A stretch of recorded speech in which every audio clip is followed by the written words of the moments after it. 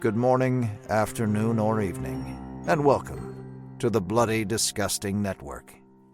The following show is just horrifying. Beware.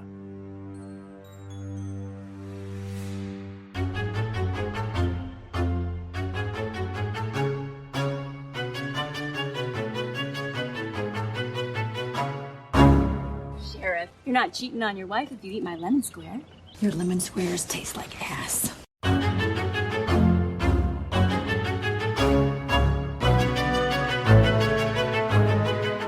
And welcome back to Horror Queers. We're talking DWS, Driving While Sexy.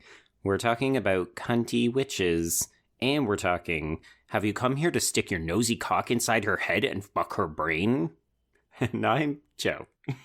And I'm Trace, and we are talking Heidi LaRock and the terrible, horrible, no good, very bad week. And that is a subtitle for Rob Zombie's The Lords of Salem, everybody. Welcome to the show. I don't know. I mean, ultimately, we don't know what happens to Heidi, but also, is this a bad thing? Like, that is where I fall on this film. I don't know. Is this a bad thing that happens to people in this film? I think that will be an interesting thing to discuss, and I do have a theory as to what happened to Heidi, and it will tie into religion, so we'll see if... Oh. I don't know, we'll see if this pans out. Right. I mean, this is my second time watching this, and it's a film that I really, really like, but I know that it's very polarizing and divisive, much like a lot of Zombies' other films, so I don't know, I'm intrigued to see where we all fall on this, and I say we all because, Joe... I think we will need some help discussing this. So everyone, we do have a guest waiting in the wings. He is the editor-in-chief of the entertainment website Boom Howdy, as well as the host of Horrorversary, a podcast that celebrates horror movie anniversaries. It's also a podcast that both Joe and I have guested on, discussing films like Pitch Black, Sorority Row, and Happy Birthday to Me. Please welcome Adrian Torres. Hey. Hi, how's it going? Look, you're in our neck of the woods now. It's about time. Well, no.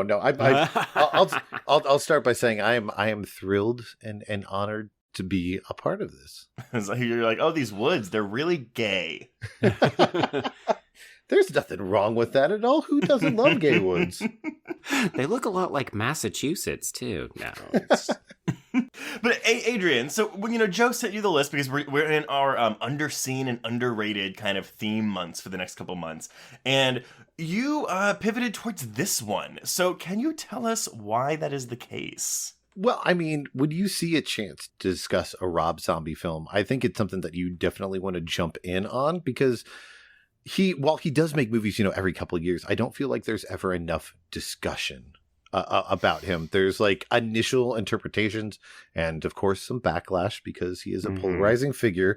So to want to jump in that, and it gave me an excuse to rewatch what I would definitely say when I was watching the films originally was my favorite out of his movies. Now I know for some people that's a controversial opinion, but when I saw it, I was like, okay, this is an excuse to watch a film that, hey, look at that. It's coming up on an anniversary. So I thought, I'll do that. And then, like I said, this movie is the one that I think sticks out, of course, outside of The Haunted World of El Super Beasto, because that's an animated film. But it's the one that sticks out and doesn't feel like it's talked about enough in his filmography. Yeah, I mean, I don't think that there's a shortage of discussion about Rob Zombie. But, well, maybe that's the wrong term, because I think there's a lot of talking about Rob Zombie. I don't know if there's a lot of discussion about Rob Zombie, because, it does seem to be a lot of, fuck Rob Zombie, he's a nepotist, and he likes to put his wife and everything and make her naked and blah, blah, blah, blah, blah. And listeners, you can hear a version of this discussion in our Patreon episode when we did a double feature of The Devil's Rejects and Three from Hell. Fun treat for that one because it was the only time Joe and I have recorded an episode in the same room together, and we were both a little inebriated. So I would recommend going to listen to that, but now we have our real thinking caps on and we're going to discuss this film. But Joe, this was your first time watching this, and I'm very intrigued to know what you thought of this film. Yeah. So I guess one thing, we should have gotten it out of the way right off the top, but quick content warning, there is a sexual assault in this film. Yeah, okay, so coming back to the whole thing, I mean, you both sort of started this, right? It's where do you begin with Rob Zombie? And he shouldn't be as controversial a figure because it's very clear that this is a person who fucking loves horror and really knows his shit, but I feel like he's like a variation of the discussion we have about comedian directors who pivot to horror, where it's just like, oh, well, Rob Zombie, he's music. What does he know? So I think I've seen most of his films. Okay. I definitely checked out House of a Thousand Corpses when I was in grad school, and I thought it was bloated and exploitative, and I just thought it was really garish and kind of amateurish, and I've come around to it a lot over the years, and I'm going to give myself a plug. So I actually talked about that film with Jeffrey Craner and former guest Cecil Baldwin on their podcast, Random Number Generator Horror Podcast number 9, and I've gained a new appreciation for that, and I feel like I've gotten that with all of Zombie's films, but this was interesting. Like, I knew going into it, this is the one that's different. This is the one that more women like because it's got feminist interests. And I'm like, okay, well, I think a lot of his films actually have that, but you can critique whether or not he's doing a good job. I don't know. I ended up really liking this. I think the biggest surprise was just that it's very clear where it's going. So part of the experience of watching it for the first time was getting comfortable not being shocked. Like, everybody talks about the last 10 minutes of this movie, and I was like, yeah, I can see it, because the rest of it is very slow and contemplative. Like, and I think that's what people are responding to. It feels like a level of maturity, which sounds stupid because his other films are quite accomplished. Anyway, I'm rambling. Trace, back to you. No, I mean, I get what you're saying. And it's one of those things where it's like, this is the third time I've seen this movie. And Zombie has gone on record saying, you can see the influences of Rosemary's Baby and Suspiria in this film. And I don't think for a second it's kind of like with Midnight Mass, where it's like, oh, like, I never thought the ending, and no spoilers, was surprising because I felt there was just a constant sense of doom and dread permeating the screen for the entire runtime. So looking at reviews for this film, I was like, oh, a lot of people were saying how it's kind of boring. And I was like, I can see that because if you know basically where this is heading, this is really, we'll say, deliberately paced film. Yes. On a rewatch, I think I liked it even more than I did before. And I did like it a lot the first time I watched it, but just because, I don't know, I just let the film wash over me because I really knew what to expect because I'd seen it before. Now I'm rambling. It's atmospheric, right? Like, I found it really easy to get lost in this world. And I'll give a shout out to production designer Jen Spence. This was apparently shot in the same location where they shot Saw. So they did 3 days of external shooting in Salem to get all those gorgeous exterior shots. But the rest of this is just shot in like a generic, cheapo, independent film studio. So she had to turn all of these interiors into like a really rich textures. And I was just enthralled. Like, there's you're right, Trace, it's a sense of dread. It just permeates this whole film. And Adrian, we can limit this to Lords of Salem, but also, like, what is your connection with Rob Zombie? Because I'll tell you right now, outside of his film, I could not tell you a single one of his songs, except for the one that plays over the opening credits of Bride of Chucky. That's Rob Zombie, right? Dracula. Dracula. That's the one everybody knows. Power Man 5000. I heard him a little bit when I was in school. It wasn't music that I necessarily gravitated to, but it was something that I picked up when everybody else was listening to it, had, the main first CD and listened to it a lot. And I mean, musically, I liked what he was doing without being fully like into it, but he's always been a personality and a figure. And I think at that time it was the persona of like the stage presence and how he looked at the time. So when House of a Thousand Corpses came out, that's the one that I was like, okay, I want to give this a chance. I want to see it because I've always been somebody who was big into horror. And at that time, was going to school and you wanted to go out of the way to see something that was at the theater. And it was very much a big how to do thing, at least within the circle that I was in. Right. So I went to it, wasn't the biggest fan of it, but I've always been curious about the movies that he's been putting out because he's been one of those directors who's always kind of stayed in his own lane. And it was really interesting rewatching some of his films recently leading up to this, because for somebody like Rob Zombie, it's easy to just jump in, on something like Lords of Salem and have your opinion of it and walk away. But because of the type of filmmaker he is, he's always building off of stuff. But then to give the amount of respect that I think he deserves, because while I might not love all his films, I do think that he is a talented and interesting filmmaker compared to other people who are just trying to put crud out there. So what I mean by that is that in addition to him trying things with his films, he's also somebody who has a big cult of personality.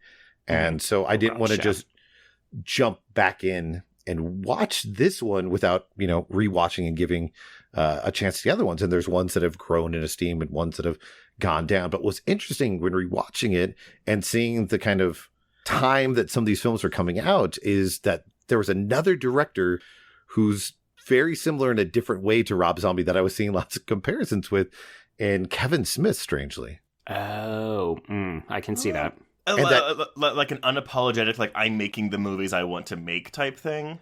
Oh, and not only that, but like around the time of Lords of Salem is when he's doing Tusk and Red State, doing the films that are moving away from everybody expects from him. And he has this, cult of personality, and he's somebody who, these are the movies that I grew up with, and this is the inspiration that I'm drawing from, and gets to a point where he's bringing in either friends or actors that he likes to kind of build up his stable. And then even you look at like the last couple films that they've done in 3 from Hell and 31, and that I can't think of many other directors besides the two of them who decide that they're not going to do the normal theatrical release and they're going to do something like the Fathom events and still have all those people come out in the way that like the both of them did.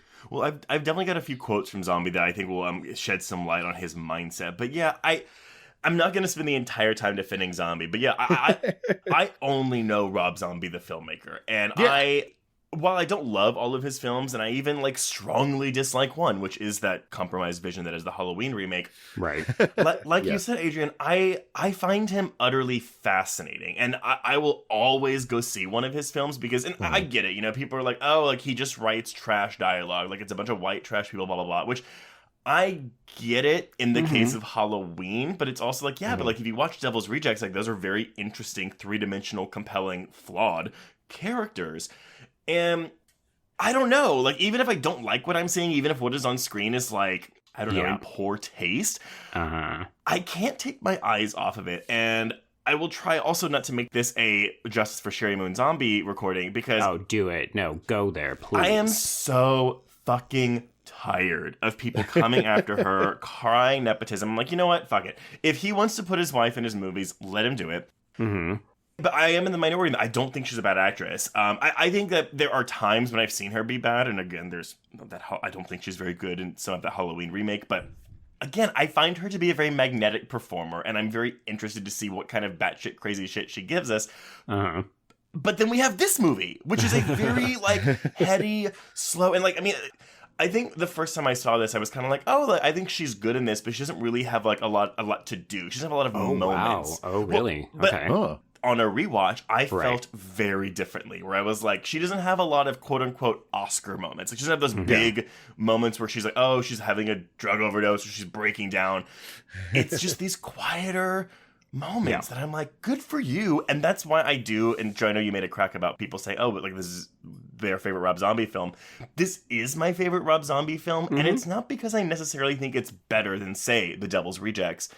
But it's because I see him actively trying to do something different that I'm like, even though I do think this maybe isn't as good as Devil's Rejects, I would watch this over Devil's Rejects by like a hair. Right. Yeah, you've got to be in a certain mood to watch some of the kind of like hillbilly deluxe films that he puts out. Those to me are exploitation through and through. They're very much callbacks to previous types of films and not films that I would tend to dabble in on the regular. Whereas this, I mean, I'm getting not just a lot of strong female energy because of Sheri Moon, but also all of these fantastic supporting actresses.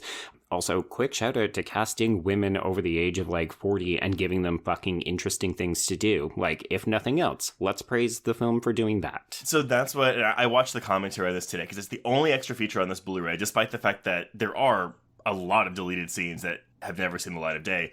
But in the scene when they, spoiler alert, kill Bruce Davison, he was like, yeah, it was really fun because, Dee Wallace was like, oh, I'm so tired of playing, like, the friendly mother in movies. Mm-hmm. And Judy Geeson was so excited because when Joe, the line you opened this episode with like, do you want to stick your filthy cock in her head and fuck her brain? Apparently the day of filming, Judy Geeson was like elated because she was just like, oh my God, I'm so excited to say this line. Right? Because I never get to do these kinds of things because I'm a quote unquote mature older actress. Mm-hmm. Exactly. Yeah. I don't know. I think I'm in full agreement with both of you. There is something very exciting about Rob Zombie, and I'll confess that sometimes I get turned off by excessively media literate directors. Like, I have gotten a little bit tired about Quentin Tarantino's sort of like homage-filled films, and I recognize that he is an auteur, and like we can have all sorts of discussions and debates, but it's weird how that doesn't trickle down to people like Rob Zombie, like Kevin Smith. You know, Trace, you and I talked last week with Becky Sayers about American Mary and how that film is very much paying homage to a certain type of film and certain inspirational directors that like the Soska sisters were finding or drawing from.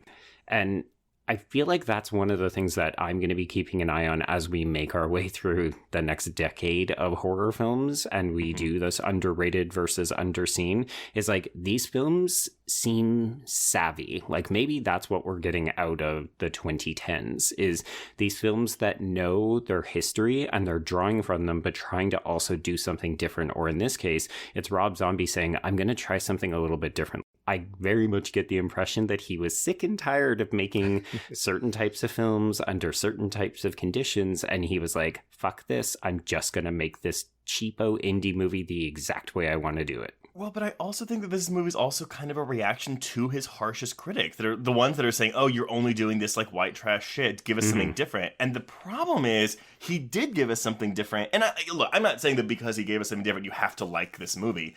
But no, you have to. But it didn't get the warmest reception, so it was kind of a thing where it's like, give us something different. He did. Oh, fuck you, Rob Zombie. Mm-hmm. And that's why he went back to give us 31, which I think most people consider to be his weakest original film. Not speaking for myself here, I think it's kind of fun, but, that's just me. Yeah, that's one of the ones I haven't seen, so I can't comment on it. But okay, well, why don't we go into the production of this? I don't have a ton, but I think there's a good bit of information to kind of get us in Rob Zombie's head for this, because this was his follow-up to Halloween 2. Mm-hmm. Very deliberately so. Well, but not entirely. So The Lords of Salem, it's the third film from Haunted Movies, the first two films being Insidious and The Bay. Now, Haunted Movies may not sound familiar to you, but it will, because it would eventually become Blumhouse Pictures after Jason Blum inked a deal with Universal Pictures in 2011. Mm-hmm. I was very shocked to see Jason Blum's name on the opening, on the closing credits. Yeah, didn't know about that. That was an interesting little piece. Well, according to Zombie, though, they came to him. He was not aware of what they were doing. He didn't have a project that he was shopping around. In fact, he actually was thinking about making an album at that point. Like, he wasn't looking to direct films because the reception to Halloween 2 and his overall experience making those two films was so bad with Weinstein interference. Like, he was just like, fuck it, I'm done. So they come to him. This is Blum and his team, and he's like, "Hey, we want to make a movie with you specifically, and the budget is very small, but you will have 100% complete creative freedom to do whatever you want. Our only request is that the film has to be something of a supernatural nature. That's it." I guess we know where Blum's head was at the time in 2013, hey? Exactly. So it was that complete creative freedom that attracted Zombie because, as I just said, he did not have that on either one of those Halloween movies. I think he said it was nice to do a movie where he didn't have 10,000 words of studio notes after every day concluded. Ooh, jeez.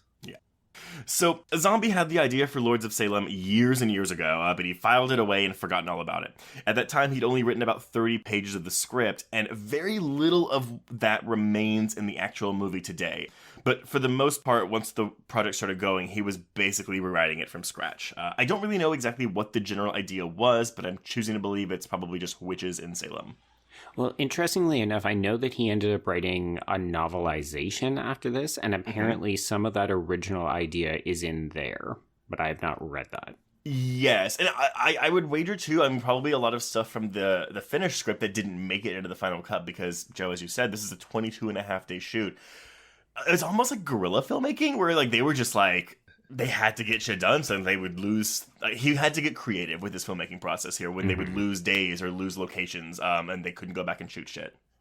My God. $1.5 million films just astound me. The production turnaround time, just, yeah, as you said, Trace, guerrilla filmmaking. It sounds exciting and exhausting, and ooh boy, do I not want to be involved on like the day-to-day of that.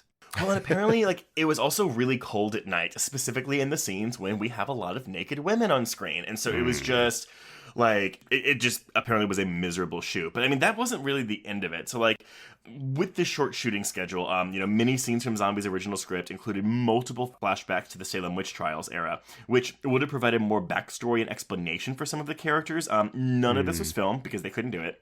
Right.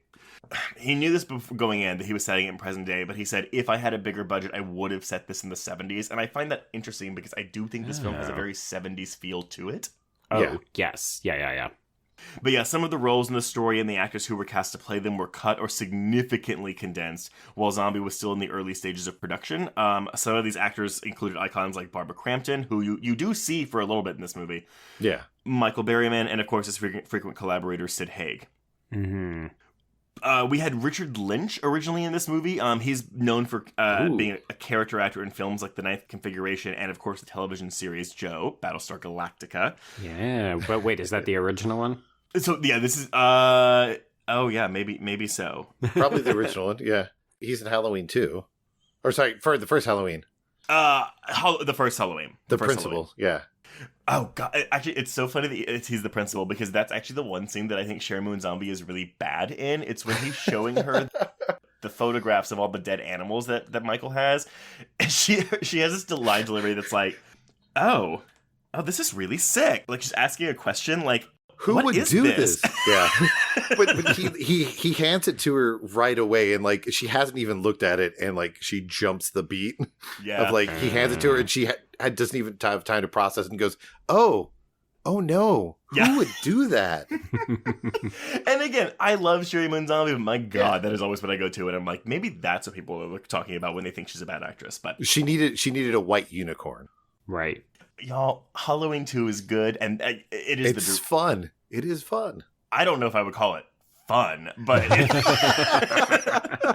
it's worth checking out. Yes, I do definitely think that it's a movie that, like, when you see the first one, which I'm not a huge fan of, that you can see that because they either trusted him or made enough money or whatever, that he goes for broke. He's just like, okay, I towed the line with the half and half of the first one. This is me going unfettered. And so watching the unrated cut of that is truly an experience. And it's interesting watching it recently along the side of Lords of Salem and seeing when he does just go for stuff that it's not going to be everybody's cup of tea, but you at least can sit back and go, okay, this is clearly your wheelhouse. This is what you're going to do. And it's always, I guess the fun part is always getting to see a director do whatever they want, not really caring what anybody is going to think of them. It doesn't always work, but it's always something that's worth beholding. Well, and I'm not sitting here saying Halloween 2 is a perfect film, but yeah, I will co-sign. the director's cut is the way to go. The theatrical cut is not good. But also, if you want to talk about a really interesting portrayal of final girl PTSD and trauma, there you go. Put that right up against Halloween 2018 and Halloween H2O, because I think it's a very interesting and bold move to make your final girl quite unlikable. Right. Mm-hmm. But yeah, anyway, sorry, enough about that. But yeah, so Richard Lynch, though, so he was cast as Reverend Hawthorne, the man that puts these witches to death in Salem in 1696. But he was not well during filming due to his worsening health and being close to blindness. Zombie could not film his scenes properly and was forced to reshoot the scenes with another actor. This is Andrew Prine, who would take over the role. Mm-hmm. Also, the opening sequence of the script originally involved 4 pages of scenes that called for Berryman, Lynch, and Haig, and Prine in a different role. But Lynch could not remember his lines. He was called to read a declaration of judgment out loud, but as Lynch had trouble seeing, that did not work either, so the actors were sent home. Zombie was not given another shooting day on location, and the situation was further complicated when Lynch died during filming. Oh, gosh. He was not given the funds to film the sequence, so most of it was dropped. Because of this, the role had to be recast, and, we were reshooting a lot of scenes, so budget constraints, and because of this, that's why we don't get a ton of flashbacks to Salem. But I think that actually works out in the movie's favor. Absolutely. As you were detailing that, I was like, do I want to see that footage if they could have shot it? Sure. But also, I don't think the film loses anything by not having more of those scenes. Yes. There's something Zombie says in the commentary too, where he's like, yeah, it's weird. Like, I could have had all this expository dialogue where people are explaining what's going on, but the fact of the matter is that's just not very realistic. A lot of times in real life, when something weird happens, people don't talk. They're just taking it all in. Wait, Zombie said that of all people? Yeah, he said that. But that's why he didn't want to put too much exposition in this movie. Okay. I respect that. Yeah. The shooting locations were also difficult. He was only able to shoot in Salem, as Joe said, for 3 days. Rest of it's in Los Angeles. But the movie's content also brought about difficulties. He found it difficult to find a church to film in, as nobody would grant him permission after reading the script. So you want to perform fellatio in my church? Oh, sir. And Zombie also stated that they were barred from filming in a wax museum in Salem because his take on the events didn't accurately reflect the town's history. That is true. I get that to an extent, right? Like, I'm sure the people of Salem are like, can y'all stop? Oh, they're fucking sick of seeing witches being burned at the stake because that shit is not real. So, The Lords of Salem had its premiere at the Toronto International Film Festival in September 2012, with more festival screenings, including South by Southwest in 2013, before a limited theatrical release, and by limited I mean 354 screens, on April 19th, 2013. So, everyone, this is our pick for 2013 for our underseen and underrated, despite the fact that it did have its festival premiere in 2012. So, bear with us as we get these damn release dates. Yeah, sorted out. Festival films. It's super fun. Although, in my defense, as I queued Trace today, because we did have a lot of people saying that American Mary is not a 2012 film, it's a 2013 film. It's because it played in Canada in 2012. So, you know what? Canadian represent. It's okay. We're going to be good. We're good.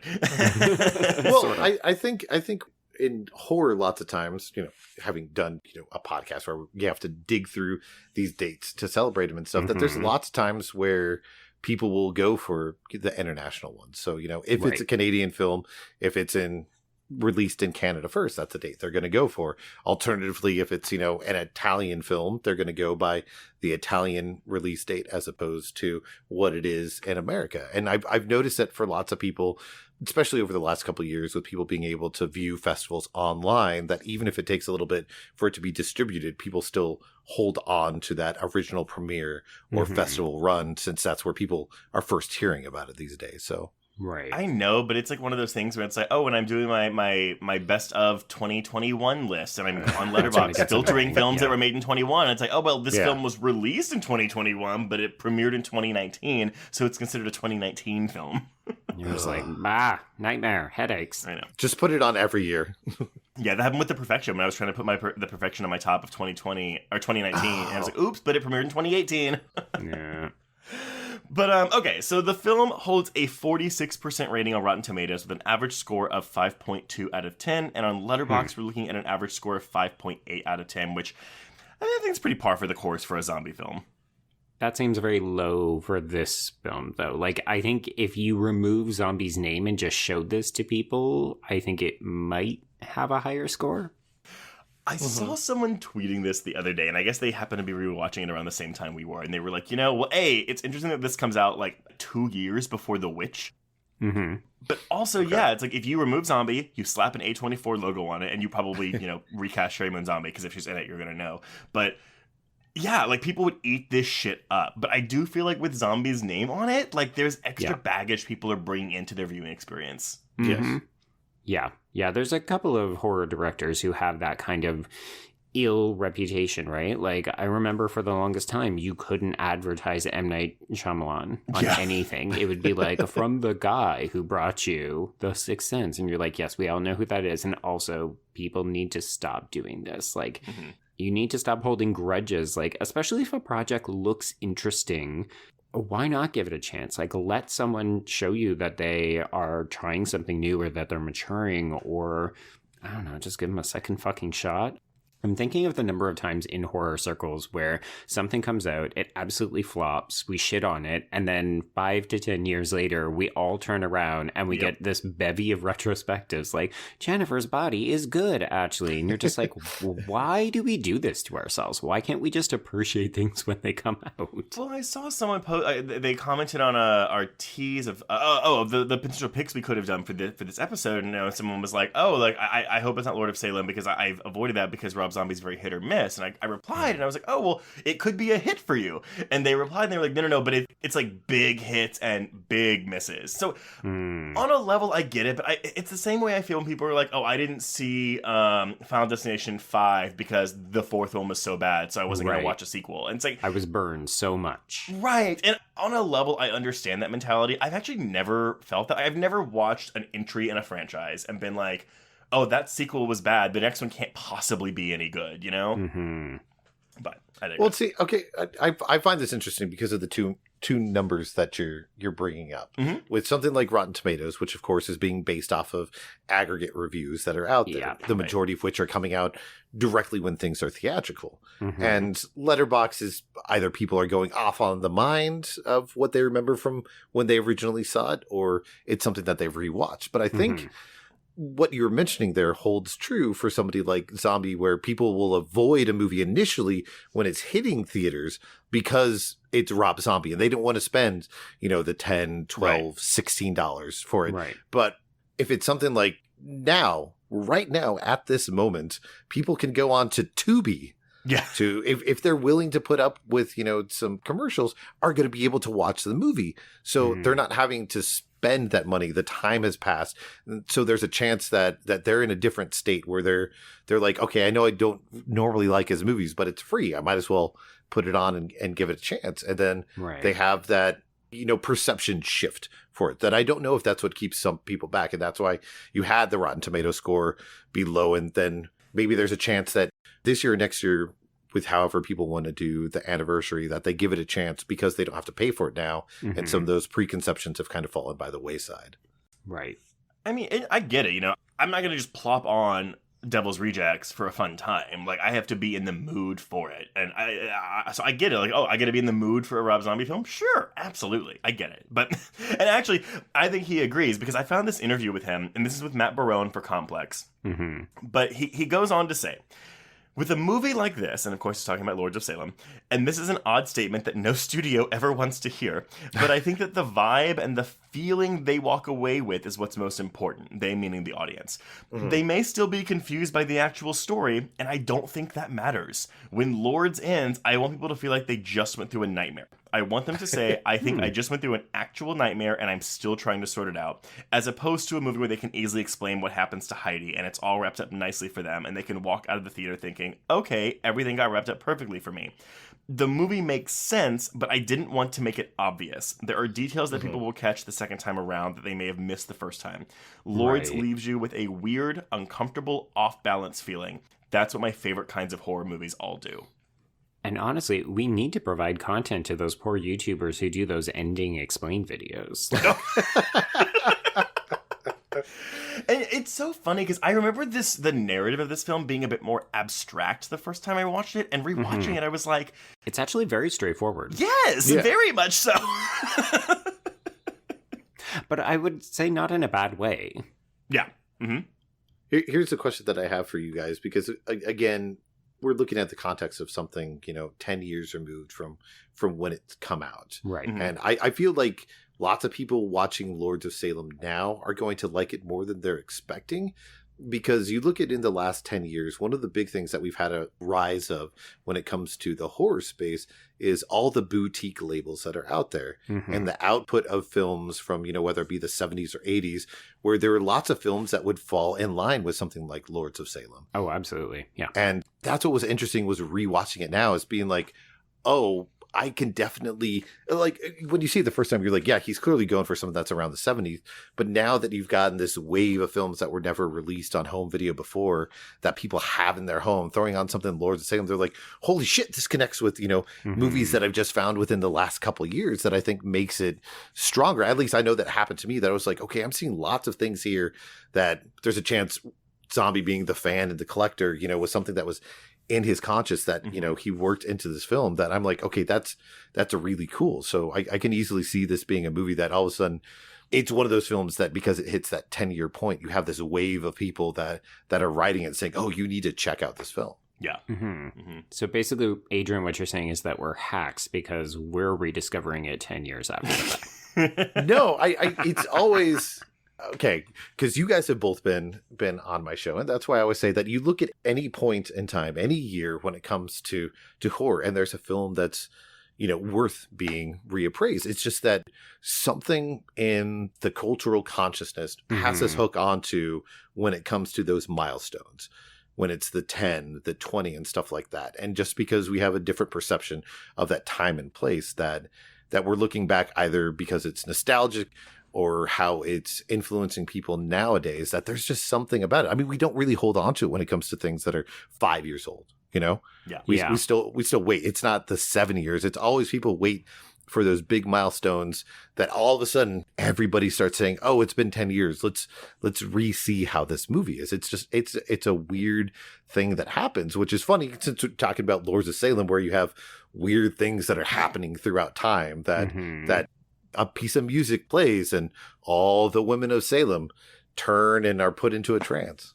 Oh, I mean, I have so many things to say about the blocking in this film. 'Cause I think the blocking this age, I think it's a gorgeous film, like obviously with really fucked up imagery, but like there were so many times where I just paused my screen and I was like, God, this is pretty. Yep. Print it out, put it on the wall. And that's so weird coming from something like Halloween 2, which you think of as a big studio film. And when I put this one on, immediately I'm like, there's an extra polish to Lords of Salem that feels different from the couple other movies that he was doing. And that I don't know what it was, but there was something that was transfixing about the way he's blocking it, the imagery, the way, and I don't know if it's just because whatever Brandon Trust was doing behind the camera. Right. That's the cinematographer. Yeah. No, and I mean, again, like, listen to the commentary. Like, it's. I'm almost done. Then we'll go into the plot. But it's not like, it's not the most interesting commentary I've ever heard. But I will say that, like, again, only knowing Rob Zombie is like just from what I've seen on screen, I found it very refreshing to hear him just talk about his filmmaking process and what he does. So it's a very technical commentary. It's not something that's like super like.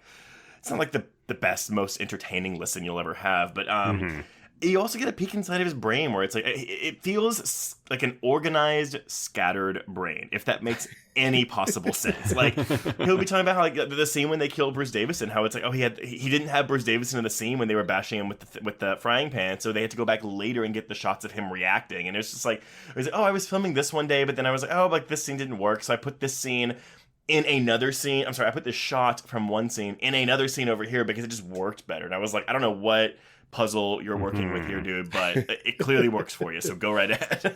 Yeah.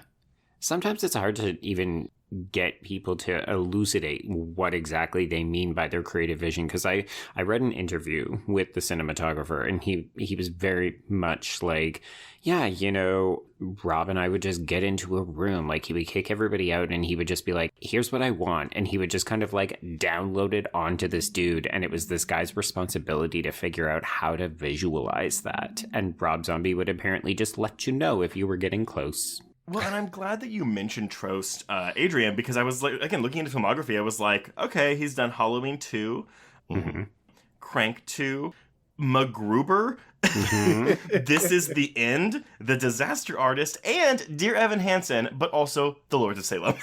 Right. And did he also do Can You Ever Forgive Me?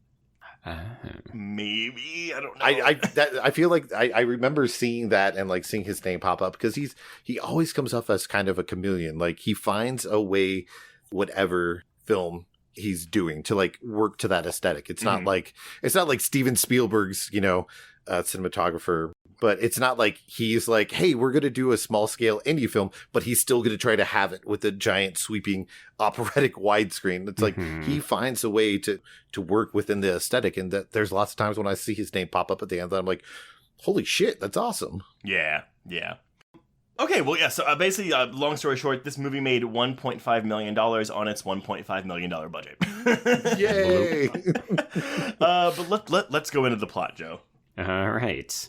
So we begin with a very brief shot of Heidi, who, as we have mentioned, is played by Sheri Moon Zombie. She's driving. And then almost immediately we're pitched back into two different time slots. So we see Jonathan Hawthorne, who is played by Andrew Prine, and he's writing about his encounter with witches. So he's kind of like doing the old biography thing. And then we see said witches. So there's a coven of them. They are led by, I can't believe we haven't even mentioned her yet, I know. Margaret Morgan, who is played by fucking Meg Foster. Oh my, Yeah. I died. Like, as soon as I saw who it was, I may have squealed a little bit. I think this is the first film she did with zombie, because she does return for 31, and she's also the best character in that movie. But yeah, this is a go for broke performance. Yes. Yeah, and apparently that's really what Rob Zombie was looking for in this, is he needed somebody who was going to give themselves over to it, because if not, he was afraid that it would be really campy and kind of dumb. Nope. I'm like, yeah, that didn't happen. He didn't have to worry about that. So, of course, right off the bat, though, we are into the religion of this, right? Because these are Satan-worshipping witches. I mean, it's so funny. And I have a point, I promise. But I had a friend that went to go see Book of Mormon, the Trey Parker and Matt Stone Broadway show. And there's a song in which the entire cast and chorus, like, they sing, like, fuck you, God, and the ass, mouth, and cunt. And that's the chorus of the song. Okay. And my friend was like, I thought we were going to have lightning strike us in the theater. Like, I was so uncomfortable. Yeah, it's so blasphemous. It is. And so watching, but again, like this scene where it's like, oh, we spit upon the book of lies, deny Jesus Christ, the deceiver of mankind. I'm living for it, because I'm like, look at the balls on this. Like, to just like, oh, it's so interesting to me. But Joe, I think that you kind of pinged us beforehand when you want to like mention how it's not necessarily clear if there are any villains in this movie. Do you want to talk about that now a little bit, or do you want to wait until later when we get to more of the witchy stuff? Because, I mean, right off the bat, we have these women that are immediately portrayed as villains for being Satanists. Yeah, the thing that I messaged you and Adrian after I had watched this, because again, first time watch, so I was kind of like, what are we doing with this narrative? Because traditionally, you know, you've got a main character. It's obviously Heidi. She is being preyed upon by this coven and the three sisters that we'll talk about later. But then at the end of the film, and I said this at the beginning, I guess I'm not really sure, are there villains in this? Is Heidi's experience a bad one? Or is it just kind of like we've been cued to hear Satanism and think that's a villain, that's a bad person? Because, yeah, these witches are obviously up to no good, but also we're looking at it through a very conventional, very patriarchal, very Christian kind of lens, which is what tells us that they are bad. Whereas to these women, they're like, we're trying to bring back our deity. We're performing some rites here. Like, I don't think these women see themselves as villains for what they're doing here or what they're about to do to Heidi.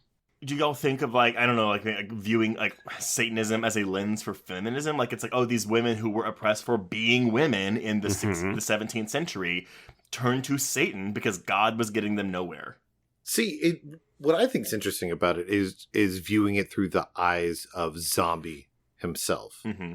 And you look at several of his films, you look at the first Halloween movie is framed and how he places it with, oh, yes, he's doing bad things, but oh, this is his home life. Oh, this is how the system treats him and stuff like that. You go back to The Devil's Rejects, where it's a continuation of, you know, House of a Thousand Corpses. They killed people. They're murderers. But then you have later on in the movie when they end up being taken hostage by the sheriff who wants to get revenge for his brother dying, and that he's torturing them. And so then when they're getting free, they're trying to fight back against the police. He has them viewed in this heroic light, and that it always seems like it's a thing that Zombie's teetering with is what side do you fall on, and where do you cast judgment? Because he does show that, you know, these women have cursed the Hawthorne family.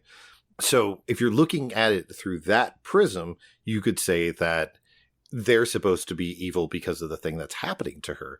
But you also have to view it through like the prism of Heidi and how she feels about it and how she comes out at the end, that it's not simply black and white at all. And that I think there's different shades to it, but you can't just say, oh yeah, they're 100% evil just because they're being viewed as Satanists. Yeah. That is really what's interesting in large part about, like, Heidi's journey is obviously front and center. Like, this is Sheri Moon Zombie's film with this character.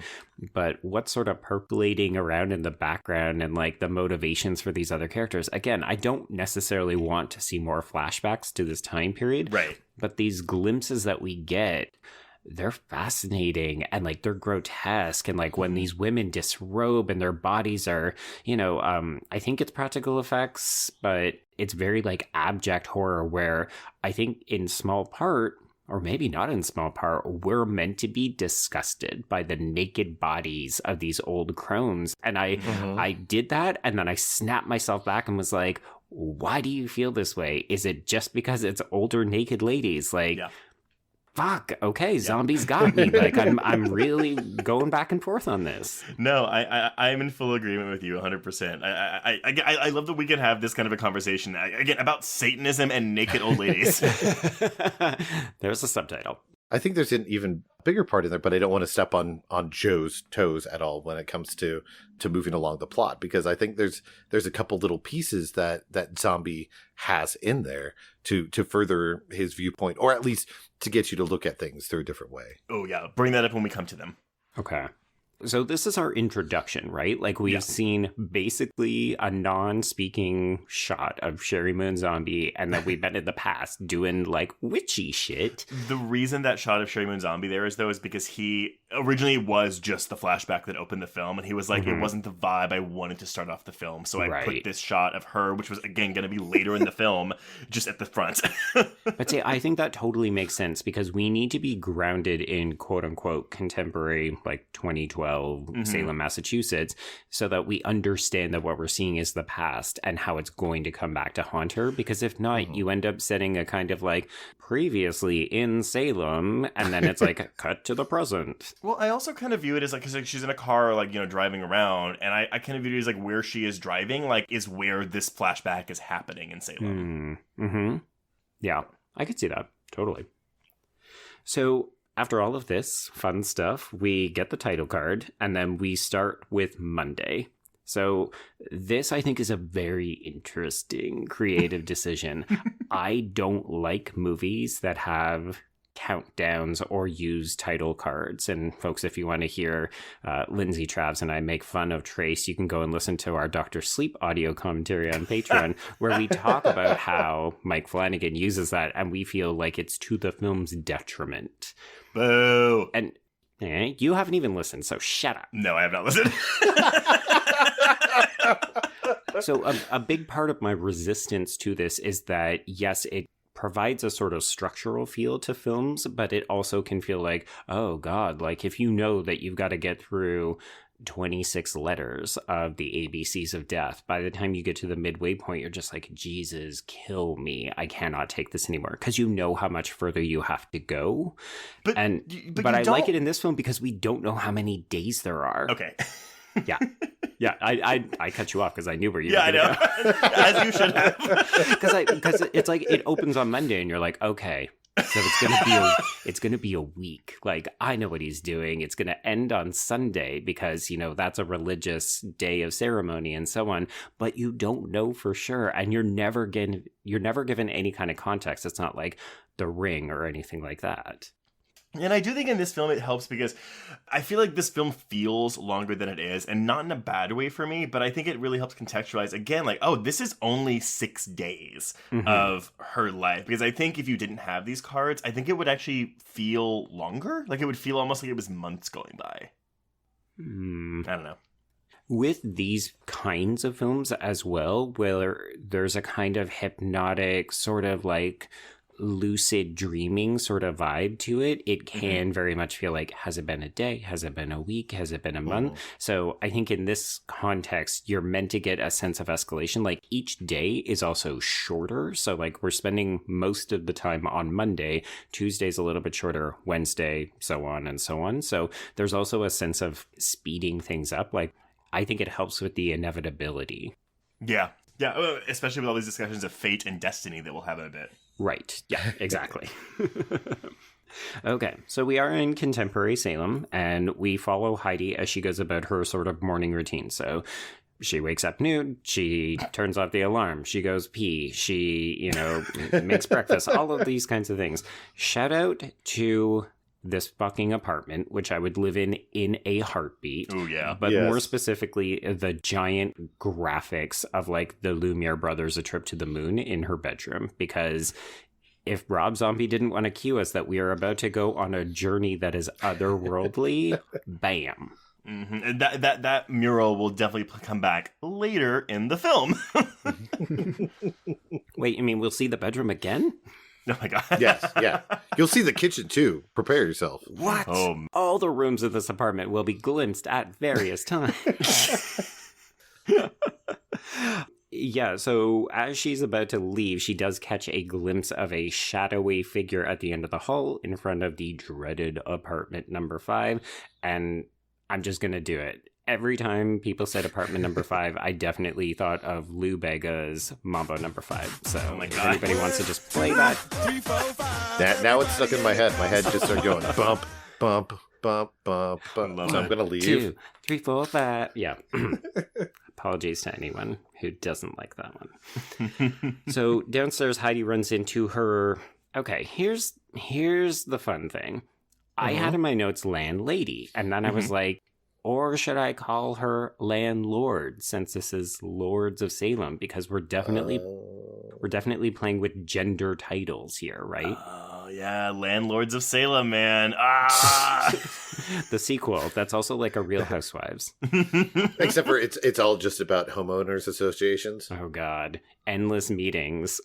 But there is no tenant in number 5. There is no tenant. Yes, this is what Lacey, who is played by Judy Geeson, explains.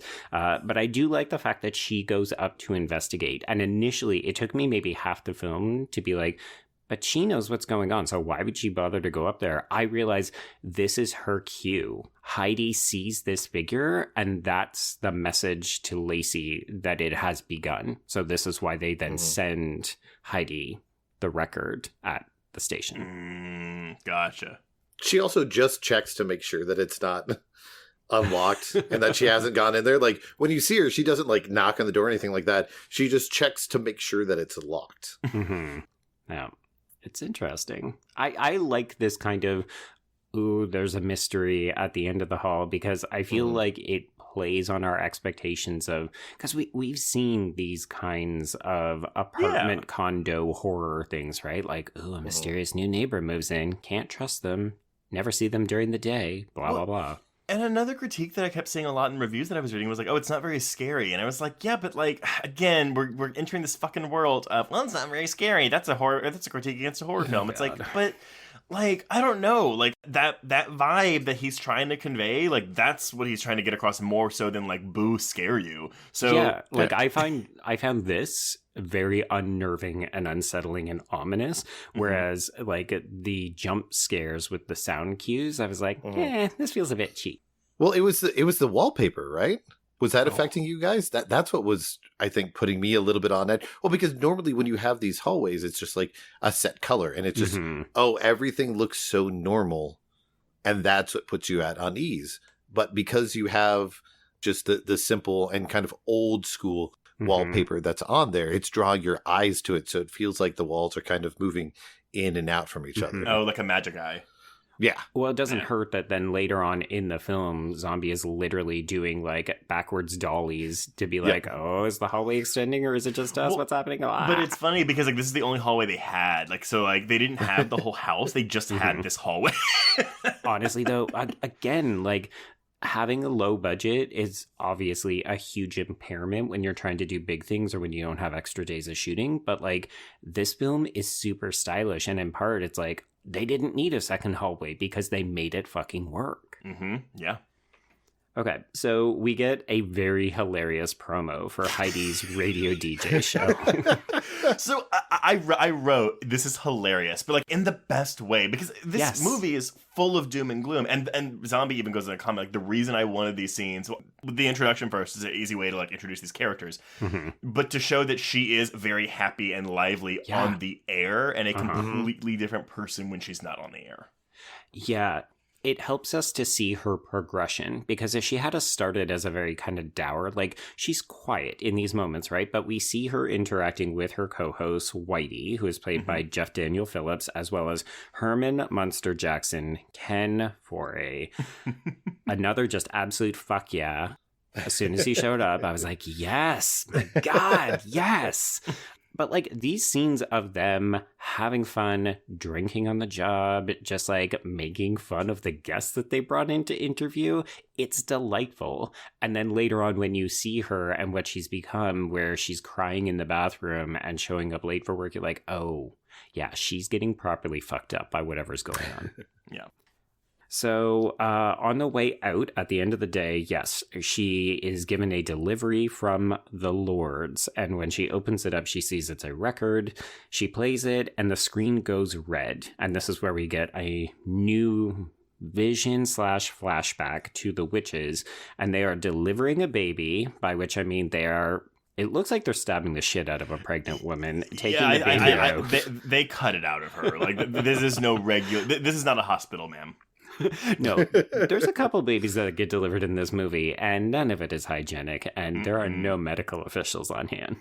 But, like, okay, like, she licks it to figure out it. Because, again, I don't know, did you know this yet, Joe? Because, yeah, they're hoping this is the Antichrist, and it's not. So they're like, well, throw this baby in the fire. Yeah. I figured it out as soon as she licked it and then said, we failed. I was like, oh my God, they're licking for Satan. I love it. Oh, yeah, but then you feel, bad for the baby, because not only is the baby shamed when she says that it tastes wrong, but then she starts incessantly spitting on it while telling it how bad it is. And, like, it's one of the few times where, in this movie compared to lots of other ones, the zombie takes his time on lots of shots. Yeah. But he lets you feel it, because, like, each time she's yelling at the baby and spitting, you just become more and more uncomfortable. Yeah. And Joe, you can cut this out if it's too spoilery, but I just realized now this is not the first movie in this series that will have baby mutilation, so be prepared. Yeah, movies in the 2010s didn't always love babies. It's true. Yeah, okay, so you either make the connection that they're looking to produce an Antichrist, or you just know that the witches are bad enough to know good. When we cut back to the present, this is where we get that ominous reverse dolly shot from apartment number 5. Oh my God, that's all I can hear, Joe. I'm sorry. And I think this is probably the most effective use, although I gather other people might say in the kitchen. But when Heidi walks by the bathroom, there's just a naked woman there that she doesn't seem to see. Okay. No. Is there a sound cue that accompanies it? I don't think there is here. There is in the kitchen. Yeah, no, there is. And I will say, I love the kitchen scare. I know I've gone on record saying I fucking hate sound cues with jump scares. You have, but this really works for me. Okay. So wait, the kitchen one is better for you, or this bathroom one? Oh, both of them. I don't think either one is. Well, no, the kitchen one's probably. Sorry, the bathroom one's probably better. But like, I really, because I forgot it happened. So when I was rewatching it, I literally went, "Oh." Well, and I feel like we've been conditioned to expect that it's kind of like somebody peering around a corner. Like it's Michael Myers hiding behind the hedge. It's that baghead in The Strangers. You know, we kind of expect them to be peeking. We don't expect them to be fucking perched on the counter taking of Deborah Logan style. It's so good. It's again, that's a good tableau too. Yeah. I think that's why I like the kitchen one, because it just stays there. Again, you're able to breathe it in, but at the same time, it's taking your breath away, because you're just kind of holding and pausing there, because you're waiting for her to jump. You're waiting for something to happen. Yes. And the fact that it doesn't just makes it all the more creepy. So, But that's why I admire, and again, whether or not you think this film is good or not, or whatever, I think it's very effective. And again, it's so fun to see a filmmaker who is known for, I mean, again, this musician going into film doing something that's so restrained. This movie is Rob Zombie at his most restrained, and I find it so interesting to watch. Yeah, restrained was actually the note that I had as well. And then I thought, why am I using this like it's a kind of badge of pride? Like, we have been so careful to be like, ooh, I know people don't really like him, but this film's actually really good. Like, there's so much concession language around Rob Zombie. Like, that's what is really fascinating, isn't it? Mm-hmm. Yeah, you can't see me, but I'm high-fiving both of you right now. I'm doing the Liz Lemon high-fiving 1,000 angels because my one of my first notes in there was literally Zombie cranks everything tighter here, showing great restraint from all his usual flourishes. Because he normally wants everything to be in your face, or like his editing is chop, chop, chop, chop, chop, chop, chop. So the fact that he just sits on so much is like, I like that when you see a filmmaker who's trying something different. Like there's a chance that he felt really uncomfortable when he was doing it, but it works just fully for me. Yeah. Yeah. Yeah. Okay, so that is Monday, and we move into Tuesday. Tuesday opens with Heidi going to a Narcotics Anonymous meeting, which I feel like some people might quibble that this is too obvious, or it's like... Well, but it's of course she's a drug addict. I mean, because as the film goes on, she starts having these visions and she's hallucinating, and it's like, oh, is she really seeing these things, or is she just like going through withdrawals, or is she high again, or whatever? And of course, to me, I'm like, no, she's really seeing all this. But it's less about we're using her addiction as a way to like wipe away like narrative issues, and more so like we're seeing someone who is flawed, who is an addict, who is trying to get better, but unfortunately the powers that be, her destiny, is all working against her. So it's honestly a tragic story to watch her fall back. We only get one scene of her, smoking heroin later in the film, but it's so upsetting just because it's like, oh, I hate this, like that you relapsed. Okay, this is you guys told me to jump in when it came to absolutely the point, and this is one of the scenes, was the fact that they have her going to the narcotics meeting and everything, and the fact that if you know one of the few things about the self-help groups and the 12 steps, what is one of the key pieces to all of it? What? Making amends? Usually around that or before that is the acceptance of a higher power. Right. Oh, yeah. AA is very religious based. Exactly. So you have to embrace that. And when she has all this going on and everything, it's almost defeating that. And when she goes back to the drugs, people see it as, oh, yeah, it's just a relapse. But at the same time, it's basically her saying to herself, for all the steps that she's taken, when she's supposed to accept there's a higher power, which is, why she goes into, the church later on and everything, that it's kind of a rejection of it, saying that belief in a higher power is not working for me.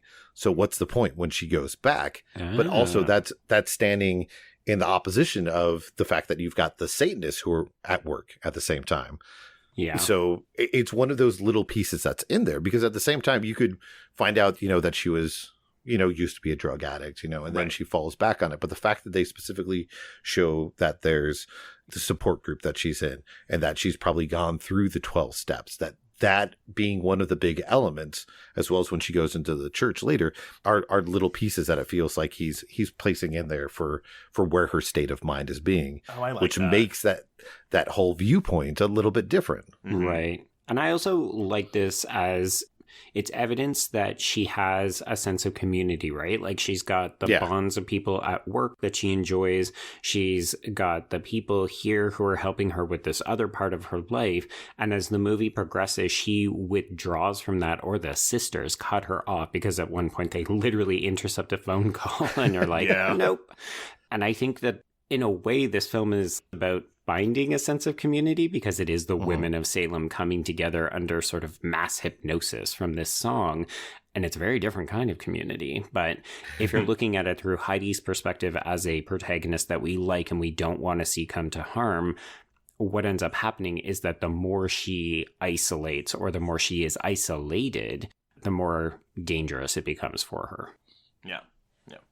Okay, so then she goes into work and they interview author Francis Matthias, and he is played by Bruce Davison, and I love him. Whenever he shows up, it's not the same reaction as Ken Foree, but it's like a Yeah, he just seems very nice, and he's not obviously like a major player in this film. Of course, he's doomed to die. Like that's pretty much out from the get go, because he's trying to save her. As soon as he's introduced, you're like dead. But yeah, I like him as a character. He's just too slow. Yeah, he's the kind of calming, reassuring presence. Like when you see this guy you just think father figure, you think wise, you think kind of relaxed and maybe even a little jovial. Like, I like that he's not stern either. He's a bit of a fun guy. You know, I love these radio show scenes because it's the only levity we get in the movie. But again, like watching like where he like mentions like the tattoo on her and they make fun of him like, oh, like watch out, like don't get handsy with her. And it's like, oh, like it's fun to see these characters like living and just kind of having fun before the rest. Yeah.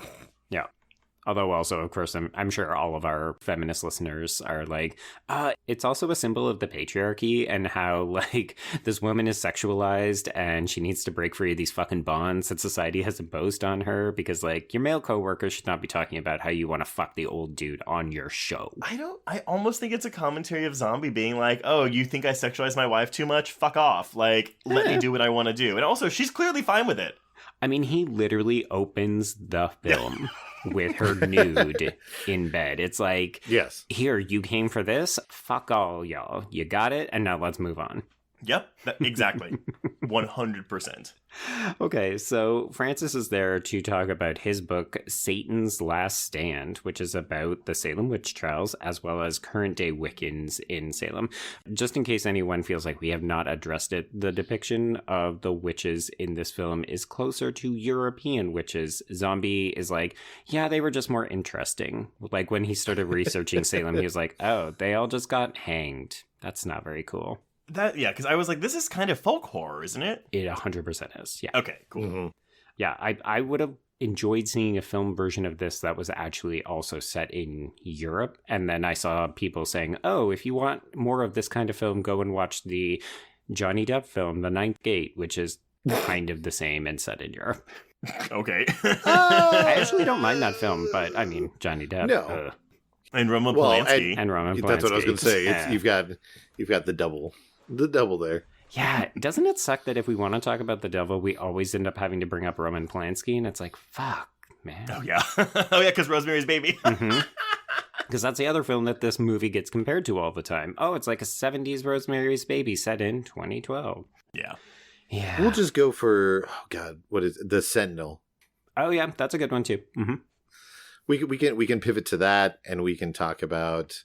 I guess if we're talking about witchcraft, what's the Vincent Price Witchfinder General? Witchfinder General, yeah.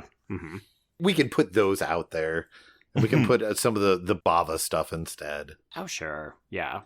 Honestly, like, just go check out Keir Lajeuness's folk horror documentary. I'm sure, like, you could substitute any number of comparisons into there. Wait, did you not want to read the entire name of the documentary? Oh, sorry. It's All the Haunts Be Ours, Folklore, and something, something, something, a million asterisks. Yeah. Oh, I thought it was Woodlands, Dark and Days Bewitched. Oh, yes, sorry. I got the Severin box set, and that's what it's called. You've got the one that's got the title that's just as long as the documentary, but still worth every moment of it. There you go. Yes, and packed with 20 more films. Severin, contact me. I'm available for ad rates. Not really. No, we are, but yes. We are, but yeah. Okay, so they end up playing this album because, she had this reaction and they thought, cool, that song is interesting, so let's play it on the air. And they credit it to the Lords of Salem as opposed to just the Lords, which I thought was interesting. Well, because they said, it must be a local band. Right, yeah.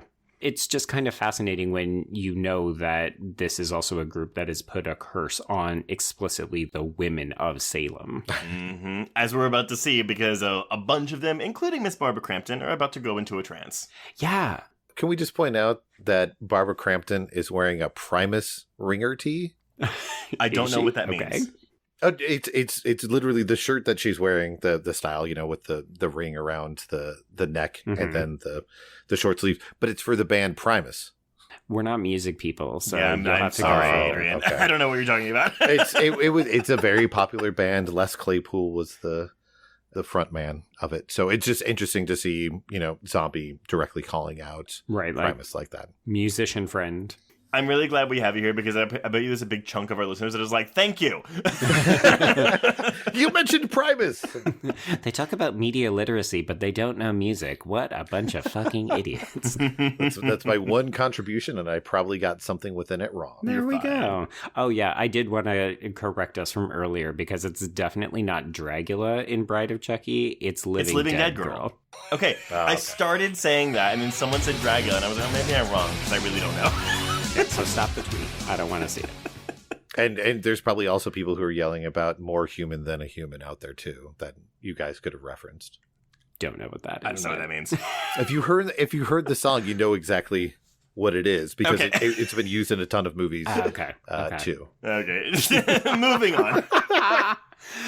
Yeah, so they played this song. It's interesting. I keep saying interesting. Yeah, so they played this song and... boy, Heidi says, it gives me a headache. So she mutes it. And I wonder if this sort of delays her reaction because everybody else, goes into this trance. It's a really great sequence. I really quite enjoyed it. I was worried that we were going to have them mutilating or murdering people. Like, I found that Rob Zombie honestly plays on our expectations of what's going to happen a lot in some of these scarier sequences. Well, I mean, like, we have, like, a nude woman here. And it's like, I'm sure that some people will be like, oh my god, like so gratuitous, why are we having the nudity? And it's like, but it's like nudity, like female nudity is like honestly kind of celebrated in this film. Yeah. So I like that you made that point because I wholeheartedly agree. I have a question for you folks. What time of day does her show take place at? Because that was one of the other things that I was really taken with in this film is that it starts to feel like it's perpetually night. Like she goes into work and it's night, but then she wakes up and it's morning, but also then nighttime almost immediately thereafter. I always thought it was a nighttime show. See, that's what I thought too. But it's like we've got people who are clearly at work and like doing regular day job looking stuff. They're closing up because one of the girls is at the restaurant, which I can't tell if it's a restaurant or bar, just a restaurant. But they're closing up because the guy is on the phone and said, I told you, I can bring this over to you, but everything's It might be closed. the lighting, Joe. I think it's all night, but I think maybe some of the lighting makes it look daylight, like outside. Okay.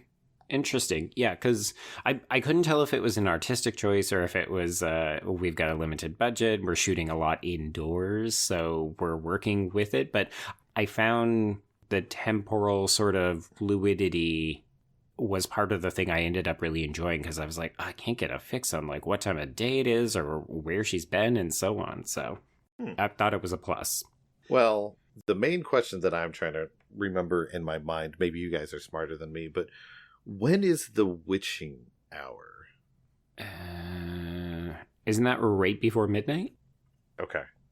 I could be wrong. I was trying to figure out because, I mean, that would probably tie in to when she's potentially doing it because, of course, in just a little bit that you'll get to with the sisters when they're gathering. And since you do have, witchcraft and witches that are taking place, when everything's kind of affecting her, it seems like at the same time when certain things are calling to her. So it makes sense if her show, when she's getting home from it, is coinciding potentially with the witching hour. Definitions vary, but it includes the hour immediately after midnight, so midnight to 1, but most commonly the time between 3 a.m. and 4 a.m.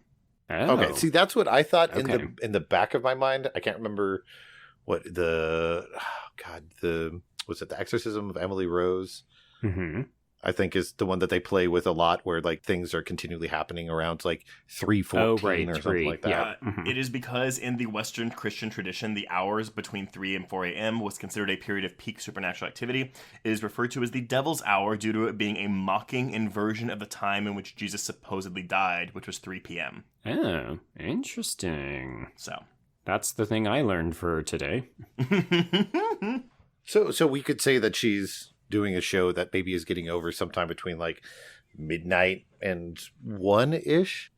So like if she's, getting home and then being woken up continually in the middle of the night or is getting home and at the and witching people are hour. up at weird hours. Yeah. So that's what I would guess that it would be.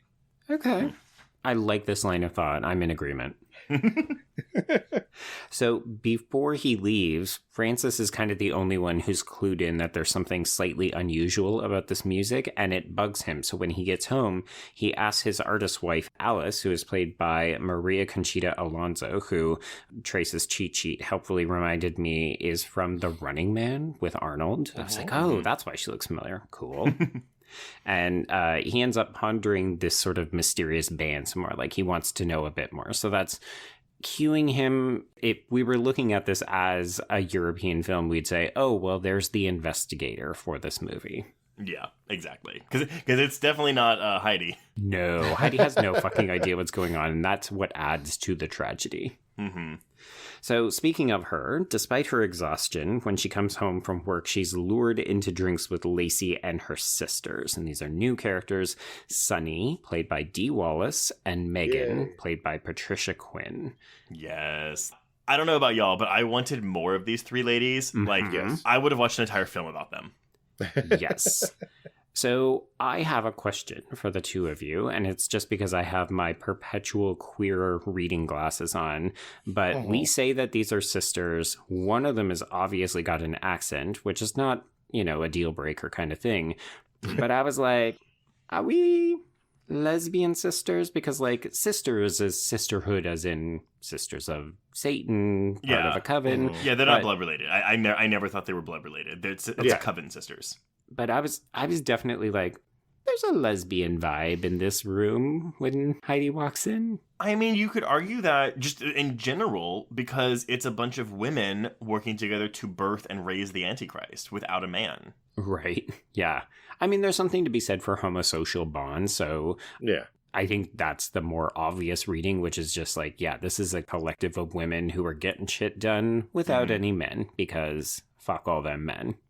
Yeah. But I also like imagining the world in which Sunny and Megan are in a relationship just because their personalities are so diametrically opposed, that there's something fun to that, since, Sunny's so light and very sunny and bubbly, and then until she Megan's kills just someone. Yeah. Well, but that was intentional though, because Zombie's like, I wanted like Patricia Quinn's Megan to be the one that's like, oh, she's the bad one, and then Sunny Dee Wallace is all nice and friendly until the masks come off, and it's like a role reversal for them. And I love that Dee Wallace gets to play basically the head bitch, which again you would think it's going to be Judy Geeson, but it's not.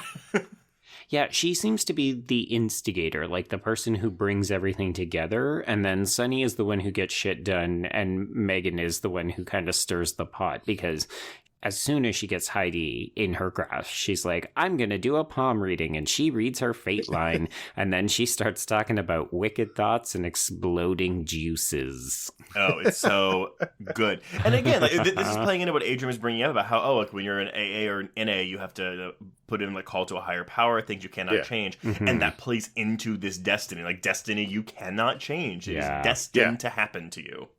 Which is like the most cruel line reading of the movie is when she has her hand and she's explaining the difference between a fate line and a lifeline. Yeah, and saying, but fate leaves you no choice. Yes. So usually in these movies, you have hopefully there's something that the person can do to avoid whatever tragedy might befall them. But you literally have zombies shaking you right here saying, no, whatever the worst possible outcome potentially could be, whatever it is that there's absolutely from no return of, Well, and because she tells her, you're fated to succumb to your dark desires, which of course Heidi is dark sexual desires. Yeah, that's true. Oh yeah, I guess that makes sense. I thought she was linking that to her addiction, being like, oh my god, my addiction is going to get the best of me. I only mention it since it's the wording that she uses, that she punctuates that word to it. So I had an idea watching this last night, and I thought I was being so fucking smart, and I was not, because because I was like, we have 3 witches brought back to Salem. They're worshiping the devil. Oh they're god, trying Hocus to bring him Pocus? back. Hocus Pocus, and they're using music to hypnotize people. In Hocus Pocus, it's kids, and this one, it's women. Like. And I was like, oh my god, like, look at me, I'm so smart. And little did I know, fucking John Squires wrote an entire article that's like how Lords of Salem is Rob Zombie's reboot of Hocus Pocus for Bloody Disgusting like 3 years ago. Maybe that just means great minds think alike, Trace. That's what we'll There say. you go. That's what we'll say. I mean, I definitely went with the trio of witches from Macbeth. Like, that was very much that's the where I bride. went. Yeah. That was very much the vibe I was getting. Yeah. I mean, again, all makes sense. Yes, Hocus Pocus or Hamlet. You choose, listeners. Aren't they the same? More or less, yeah. I mean, you get those Suspiria in there too. This is true, yeah. Yeah, the Suspiria one I think is really apt because there's Mhm. lots of points in this movie where there you get Argento vibes. Yeah. You're even getting like Kubrick and Bava vibes throughout it as well. Mm-hmm. Right? Like, think of the people that we have been referencing. These are the heavy hitters. Like, tip of the hat to Zombie for doing this because, like, Yeah. he didn't have to go this hard. Yeah. And Oh, I guess you could put Fulci in there too with some of the waking nightmare aspects to it. I gotta watch more Fulci. yeah, I don't know. Unfortunately, my Italian cinema knowledge is not the best. I think everybody knows that by now, Trace. I know. but and again, before we get to this next sequence, which is the end of Tuesday, like when she goes into the room, but I do love that Judy Geeson's just like, why do you have to get so intense when you do these readings? It's really annoying. Yep. You're just like, oh, sure, they have satanic impulses and like their own dark desires for Heidi, but they're also characters. Like they have funny motivations and they get frustrated with each other. Yeah. Also, upon rewatch, is she guarding the doorway? A little bit. Because it feels like where she's standing and everything that she's there to try to make sure that Heidi doesn't leave. Heidi doesn't try to leave. Yeah. Exactly. Actually, you know who else? I mean, I know y'all are saying Macbeth, the Three Witches, but I guess, because are the Three Witches in Macbeth also considered the Three Fates? I don't know. Okay, well, I was thinking of the Fates from, like, Greek mythology, and specifically the Disney movie Hercules. Oh, God. Of course you are. I mean, I think that these are things that repeat through pop culture. So whatever you end up drawing reference from, like, they're all leading to a bad place and or sense of inevitability. Yeah. Yeah. But then we get this sequence in apartment, in room number 5. Oh, why'd you change it, Chase? Because I can't say it. Yeah, so Heidi sees that the door is open, so she goes in and we get a neon cross. Like, what a cool fucking image. Mhm. And she starts to kind of pray to it. And then she comes out, and this is where she has a vision of Margaret Morgan, who commands her to bleed us a king. Well, and like, again, I was thinking it was Satan that was standing behind her in that room, but it's just this big, hairy beast monster. Mm-hmm. It looked like Well, a yeah. Yeti. It's the Beast from Revelations. Wouldn't you think that? Oh, I guess so, because Satan himself is the tentacled little person that she meets with at the end of the movie. Oh, you mean Chicken Baby? Yeah. No. The one when she's like, when she basically existences him and she's holding his tubes. Oh my god. Yeah, that's who I call Chicken Baby. Oh, okay. Oh, I thought you meant I was thinking the Antichrist itself was the chicken. I'm sorry, but that is, as Wikipedia says, a crawfish-like monster. Yes, Yeah. I did see that. Crawdad baby. Yeah. You know what? Sure, I'll go for it. These are interesting. There's that word again. These are unusual choices that Zombie is making for his creature representations, and I like it. It's different.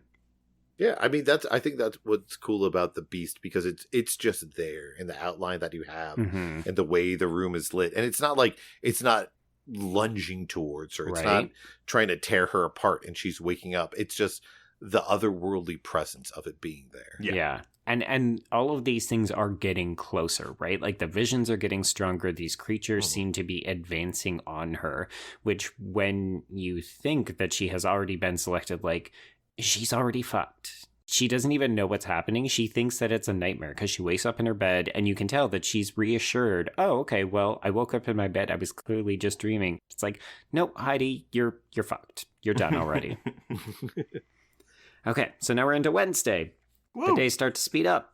This is when we had the cemetery to church scene. So she's walking Troy the dog. She stops in at this church. This scene took me by surprise because I thought, okay, here's a priest. He's very calming. You know, he tells her that God is always open and ready for her. Then he starts to rub her back. And it was a big old no. And then he pushes her head. And Trace, week number 2. Of head pushing.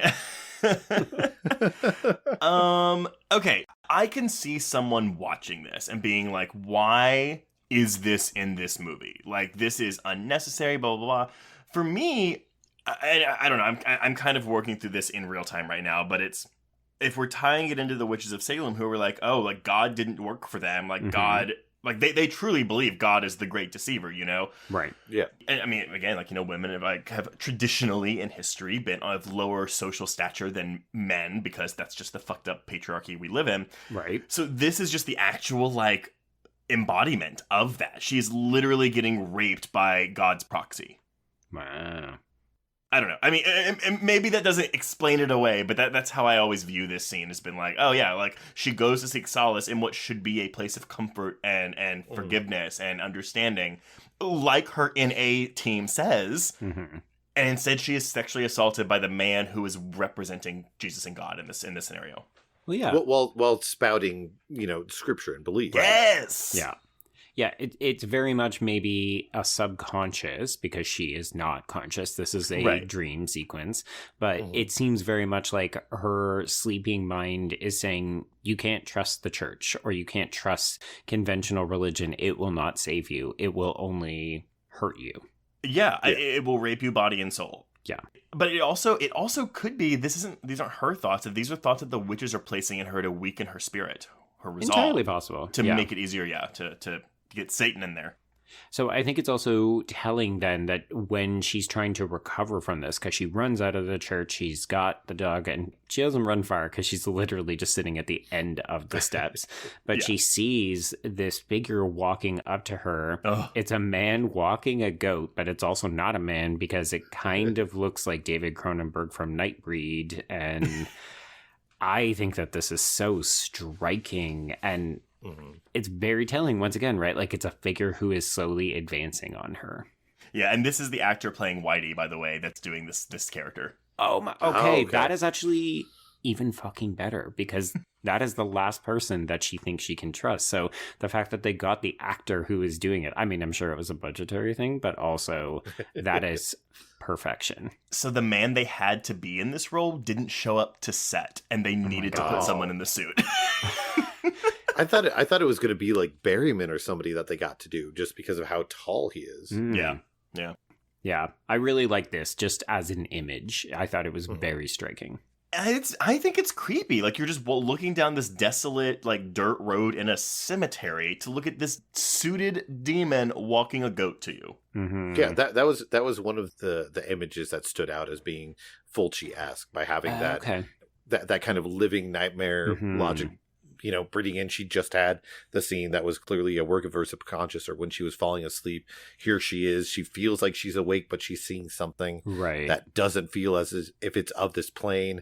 And then she's hearing a voice, but she's not seeing a mouth move. So she's not sure if the person's directly speaking to her or it's something that she's hearing in her head, since her head's been messing with her recently. Yeah, like if she had just woken up in bed again and this had been a second dream sequence, I totally would have bought it. But we don't even get that kind of reassurance. It's like we're meant to believe that this is all happening. Yeah. Yeah. Okay. So then it's like, hey, do you remember that there's this other character? So we hop over to Francis, and he is reading a book called The End of the American Witch. And this includes excerpts from Jonathan Hawthorne's writing about his execution of Margaret Mason and her coven. So then we get just more really beautiful but also visceral and disgusting imagery. So Margaret Mason is put in what I'm calling an Iron Maiden chair. That's what I called it too. I was like, spiky chair, Iron Maiden. Which I love. It's my favorite torture instrument in all of history, because I just think it is so fucking cruel and weird but also beautiful. Yeah. I don't know. I always think of Sleepy Hollow, where Johnny Depp's mom. Yeah. Yeah. And the blood just flows. Yeah. It's good. It's so good. Talk about a movie, too, we should cover. I love that movie. But we're going back to the Depp well. Yeah. Yeah, that's true. But it's Burton. It's Burton and Ricci. There we go. Yeah. Well, there we go. We'll sideline the Depp of it all. And Margaret Mason is slowly bleeding to death during all of this, all of her disciples or her sisters are tied to trees and they are going up in flames.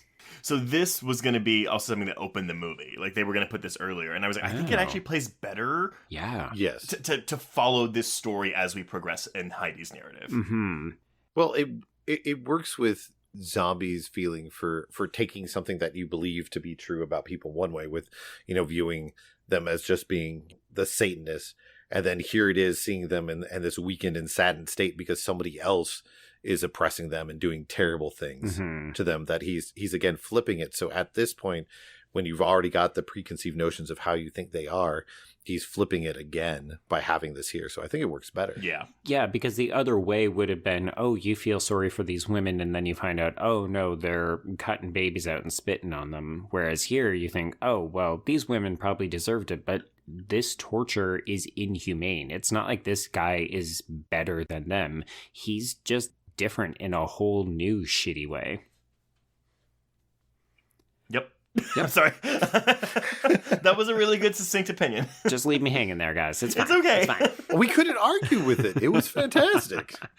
Okay, so then we hop back to Francis in the present, and he just makes the connection that the Lords of Salem and their music is very similar to the music cue that he finds in this book. So, our final piece before we wrap up the day is that Heidi is not doing well. So, obviously, she's gone through some trauma with all of the stuff at the cemetery, and she shows up late to work. We quickly learn that the Lords are going to be coming to town to play a show, and when they play the song again, she starts to cough uncontrollably. She runs to the bathroom, and she's crying, and this is interesting because I didn't really connect that her coworkers knew about her past, but a lot of other people have inferred that they are very much aware of her drug issues, and that this is the start of Whitey being like, oh, I'm really concerned that you're relapsing. Right. Yeah. I was like, oh, okay, I guess, yeah, it makes sense. I just didn't see it the first time around. Not until later. Well, because it becomes more prominent. Yeah. And then our final shot of the day is that the hallway back at home is filling with rats. Yep. Just and what I love you that always want. Okay, so now we're into Thursday, and we've got Francis, who is now meeting with the author of this book, and I couldn't even figure out what this character's name was. Okay, so this is the one bit of writing that I don't like in this movie. It is from this character because he's explaining like what's going on. Yeah, like, you know, basically reciting what we have just seen in all these flashbacks. But he's like, oh yeah, blah blah blah, this happens. But then in this diary, like, I don't know, she just goes off onto this. He just goes off into this rambling nonsense. The forever deaths of the daughter's daughter. She calls Hawthorne's bloodline the vessel by which the devil's child would inherit the earth. Whatever the fuck that means. And I'm thinking to myself, it's pretty clear what it means. Well, but he's suggesting that Hawthorne was either delusional or full-blown crazy pants. So. Well, because we're dealing with Salem in a time when it's like, no, there weren't real witches in Salem. They were all falsely accused because it was, So on that level, I get that. But this movie, unfortunately, doesn't want to have that dialogue of like comparing it to, again, the truths of what happened in Salem. Well, so much of this movie, as we've said, it's reserved. It's kind of understated. Like, there's not a ton of levity. And when there is, it's appropriately comical. This guy feels like a caricature. It's not a good performance from this actor, and the dialogue isn't great. So I feel like it stands out. Like, it's a sore thumb kind of scene. Yeah. Well, because it's just exposition. That's all it is. It is exposition. Yeah. And really, that's all you need to know. Oh, the women are in danger of being possessed and probably killed, and we're looking to produce a baby. Got it. There you go. A baby in quotes. That old chestnut. A strawfish, yes. So then we go to Whitey's place. So this is where Heidi is holed up. He's kind of looking after her, and she begins coughing up blood. And then when he goes to help her out, he is basically frozen in place by now 3 of these faceless creatures. They're all wearing scrubs, and they proceed to cut Heidi open so that they can deliver a writhing creature. Yep, just a taste. Just a taste. Things to come. But again, this is treated like a nightmare, and she wakes up at home and she's crying, and then the day ends as she goes to buy drugs. Oh, but I do love, though, this shot of her in the bathroom. When the wall starts bleeding. Yeah. I love that. I'm a sucker for that. Yeah, it's one of those things where I thought about how much I liked it, and then I thought about, what is happening? Does this make any sense? And then I just immediately went back to, no, I just really like looking at it. Yeah, I mean, I don't really think the wall is bleeding, but I think this is a more like, this is your metaphor for her deteriorating mental state. Sure. Yeah. And I mean, it makes it that much more sadder when she literally is just in the alleyway, knocking on the door to get the drugs. Like, they don't glorify it or anything. It's just a really quick thing, but you feel sad. It's not just like, oh no, she's doing drugs. Like, you feel genuinely sad for her because with everything that's going on, she feels that's the only escape. Not even like for a place of power, but just an escape, and she knows what it'll do to her. Yeah. And this is also when the transition between days feels like it could be the very next minute. So she's buying the drugs, and then we get the Friday card, and then she's shooting up, basically. Yeah. She is smoking heroin. She's not shooting up. Yeah. I actually thought that she was doing meth because I'm not used to seeing heroin done this way. Yeah, but it's fine. I'm not a drug person. And moving on. I've never done heroin, y'all. I'm sorry. I was not suggesting you were. The fact that you called it a drug person is how I know you haven't done it. I went to the layer of a drug person, and then I was sold the drugs. Oh, man. Yeah. I am not making fun of addiction. Moving on. The three sisters come into the apartment. I love how they basically just knock on the door and say, like, hey, do you want us to come in? Like, we're here. We're going to come in.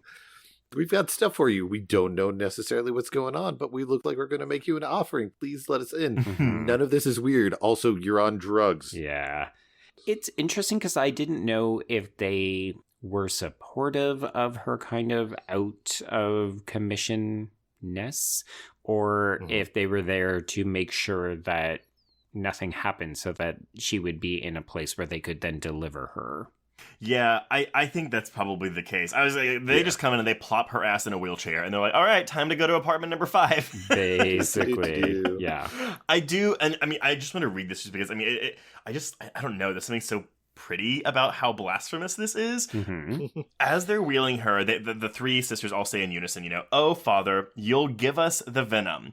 Fill us with your essence. Let it burn through our souls and our minds. We trample on the cross. We spit upon the book of lies. We desecrate the virgin whore. We blaspheme his Holy Spirit, and we rejoice in his suffering. Yikes. Guide this child still in the shackles of the oppressor. Help her break free from his tyrant ways. Entice her to take the precious bite from whence she shall be delivered. You are the dragon, Lord Satan. Like, oh. Lightning did not strike me. As an actor, that is probably the kind of thing where you just go into work that day and go, wow, I can't believe I get to say this kind of shit. Also, Joe, I'm going, yeah, hell no. I know.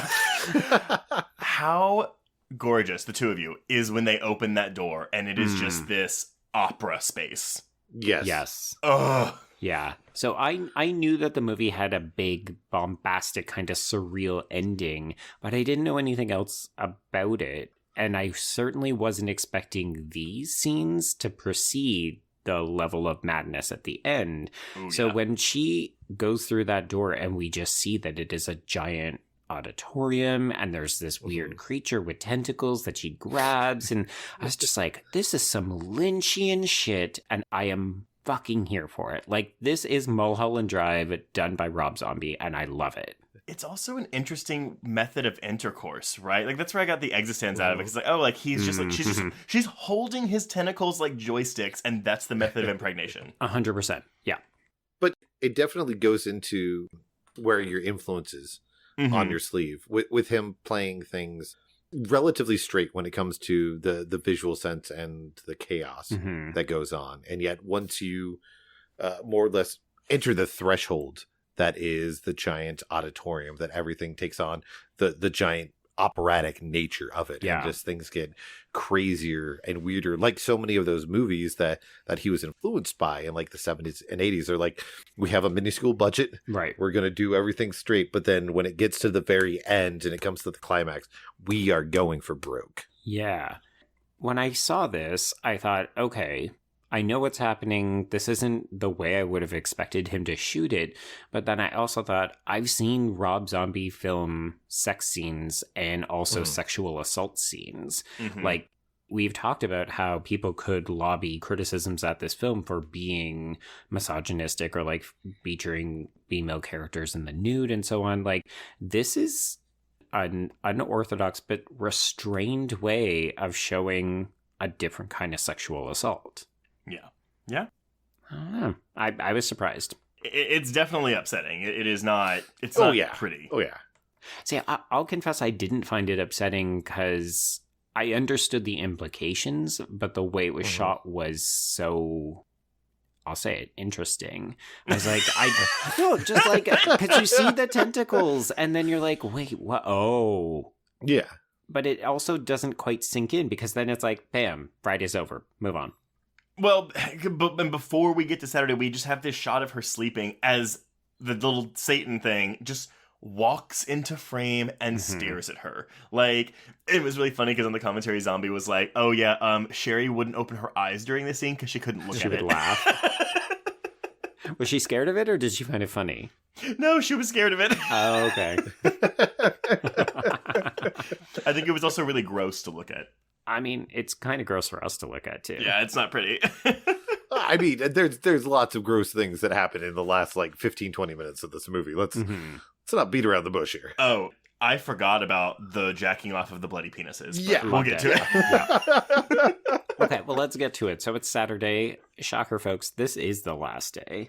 So, correctly believing that she is on drugs, Whitey calls to try to offer support or to get her to go on a date with him, and she just full-on turns him down.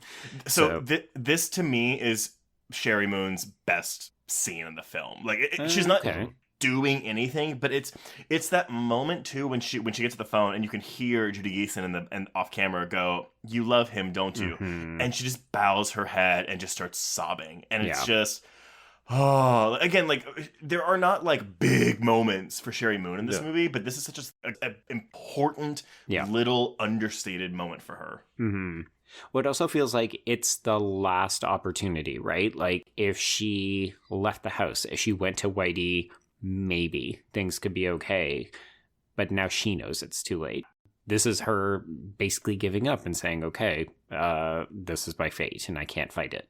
Exactly. Yeah. Fate leaves you no choice. Exactly. Which is funny because I definitely saw a couple of, not critic reviews, but like just kind of floating around the internet reviews from folks who complained that she becomes a bad character because she doesn't intercede when Francis now shows up, gets interrogated, and is eventually beaten to death.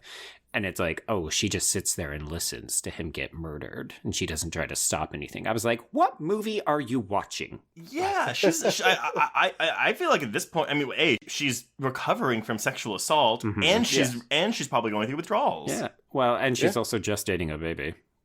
Yeah, yes, exactly. But it's also, I mean, as we mentioned, there's literally the phrase, resigned to your fate. And I mean, that's kind of the state that she's in. She's going through all these things and she's processing it. But at the same time, it's one of those that if she's just gone through the things that she has and she's resigned herself that this is my fate, there's nothing that I can do, then what's she going to do when she hears that? Are you expecting her to go and join in? She's not necessarily going to stop it by this point. I wonder if that's what's frustrating people, right? Because Heidi is very inactive in this movie.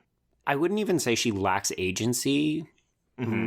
She's just very passive, as Adrian just said. Like, she's resigned to her fate. But I also, like, we haven't really talked about, like, depression and things like that, but, like, this also reads to me as someone who is depressed. Like, she knows her fate, and she can't get out of bed or get off the floor or get out of her apartment. Like, I don't hold any of this against her, because also, like, for the past 5 days, her life has gotten progressively worse. And she's not sleeping. Yeah, as you said, withdrawals, all these other things. Like, she's going through a shit ton right now. And also, her relationship with Francis is that she talked to him once on the show. Like, for us, they feel like they're working together because we're seeing them both sort of going through this, but they have not interacted because he tried to call. That call was intercepted. That is the only other time that they would have made contact. But again, even if she knew this person, like, better than one visit, like, to me, she's gone. Like, she's not herself anymore after this at this point. So no, Heidi is effectively now just a vessel. Yeah. Yeah.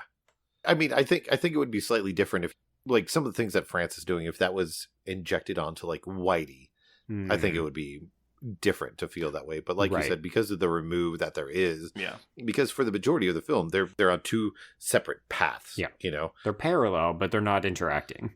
Exactly. There's no point, you know, where they're meeting up at like a cafe and he's like, "Oh, I've been doing this digging." Let me fill you in on my research. Hey, we're calling Vincent D'Onofrio over webcam to fill us in with what's going on. God. Yeah. CSI Salem. That's oh my god, the Ethan Hawke Sinister, right? Yeah. Is one scene in the movie where they're like, "Hey, this guy knows about this stuff. Let me get a Zoom call with him." Way to bring it back to Blum too, Adrian. Yeah, I try. Okay, any thoughts on the Francis death scene? I mean, we already talked about it because like we have this great bit of lines, but I also like love Judy Geeson just being like, "Why are you laughing? I'm not laughing." Like that is such an unsettling statement. It's a turn. Well, and Davison reacting, he's like, because he doesn't know what to do. Well, he doesn't know what he's walked into. He thinks that he's just going to see Heidi, and then these old biddies kind of confront him. He probably thought he was going to get tea, and then all of a sudden these women are like, "Oh, motherfucker, you don't know what you just walked into." Well, I know it's silly, but when they bring out the book and Dee Wallace is like, "Oh yeah, plenty of silly stories about the cunting witches of Salem," and I'm like, "Oh." Even, I think at one point he mentions that he was on the show, and that's why he's there to talk to Heidi, like he's trying to kind of cover it up. And Sonny just goes, "Aren't you a little old to like that shit?" Yes! and that's the most jarring character switch, because again, up until this point, Sonny, and we know they're not good, but like Sonny has been so nice and, as you said, Joe, sunny for most of this film. And then now that the job is done, like now that Heidi has a baby in her, that mask is gone. And Dee Wallace is just living and relishing every single line of dialogue she has. Yeah, not at all surprised that Dee Wallace ended up coming back to work with Rob Zombie again either. Oh yeah, absolutely. Oh, I forget too, because she's the mom in Halloween. Yep. Oh, right. Okay. I honestly remember so little about these Rob Zombie Halloweens. I watched them last year. Okay. Wow. The second one sticks out in the mind a lot more. Yeah. I remember Sheri Moon Zombie on the horse unicorn thing. That's all I got. But you probably only seen the theatrical cut, haven't you? No, I specifically watched the director's cut because everybody said it was the one to watch. Gotcha. But I watched them back to back, so it was a long night of Halloween. Yeah. Oh yeah, it's a jarring experience. That one is. Yeah. I felt dirty. I took a shower. Anyway, moving on. Okay, so we're up to the kind of grand event. Whitey helps Heidi to make it to the auditorium. This is kind of the final goodbye, and I like that we're still trying to pretend like things are normal, and then Heidi just shuts the door and locks it, and it's like, boys, we're done. We got to move on now. And then, we get the big grand finale. Mm-hmm. What piece of music is this that plays? It's like Requiem something, but it's a really popular piece of music, and I gotta say, I love it in this scene. Yeah, properly operatic, very, oh shit, the stakes are now real. We are going into full-on biblical territory. I really enjoyed, even, like, I know people focus on all of the wacky banana shit that's about to happen, but even just seeing the three sisters come out and then the coven come out behind them and start to play these bone instruments, and the women start to take out the clothes, like, it is haunting, it's unsettling, it's what the fuckery, it's just a really good time. It's lit really striking. Yes, the lighting in all of this from now until the end of the film, it's just chef's kiss. I'm really glad you liked all this, Joe. I honestly, like, I really thought that these last, like, bits were gonna be like, I don't know, like, I didn't know if you were gonna vibe with them a lot. I mean, it's a lot. Like, Yeah. I was trying to take notes because I'm the guy who does the plot, and as I told you both off air, I just wrote naked disciples, masturbating priests, melting figures, and then I just stopped. And that's, I mean, again, you could probably spend an entire podcast episode going through these last 10, 15 minutes, shot by shot, and analyzing them. Yeah. The reason I said that the Man of the Moon, mural comes back in is because Zombie says he basically wanted, in this finale, it's Heidi's psyche that has fractured and spilled out into this opera house. So, So if you look closely at the set dressing, you'll see a lot of things from Heidi's apartment that are just in these spaces somewhere. Oh, that makes sense, because I was trying to figure out exactly what the space was, because it looked familiar, but I was having difficulty placing certain parts of it. Yeah. Well, there's so many things going on to attract your eye away from just looking at small minutia in the background. Mm-hmm. Exactly. So, but that's something that thought was put into this, and again, I'm sure it will reward multiple watches if you're like, oh yeah, look, there's that thing from her nightstand. Wait, you mean there's thoughts going into the 3D diorama display of the jacking off priest? Okay. Oh my god. That was my favorite visual of this entire movie, because I thought it was just epic that she's in the middle and she's surrounded by these figures, and then I noticed that they are jacking off bloody dicks. What? Yes. Again, we can read into all of this shit, but for me, that was, so when we're talking, we were like, oh, insert jack off motion here. But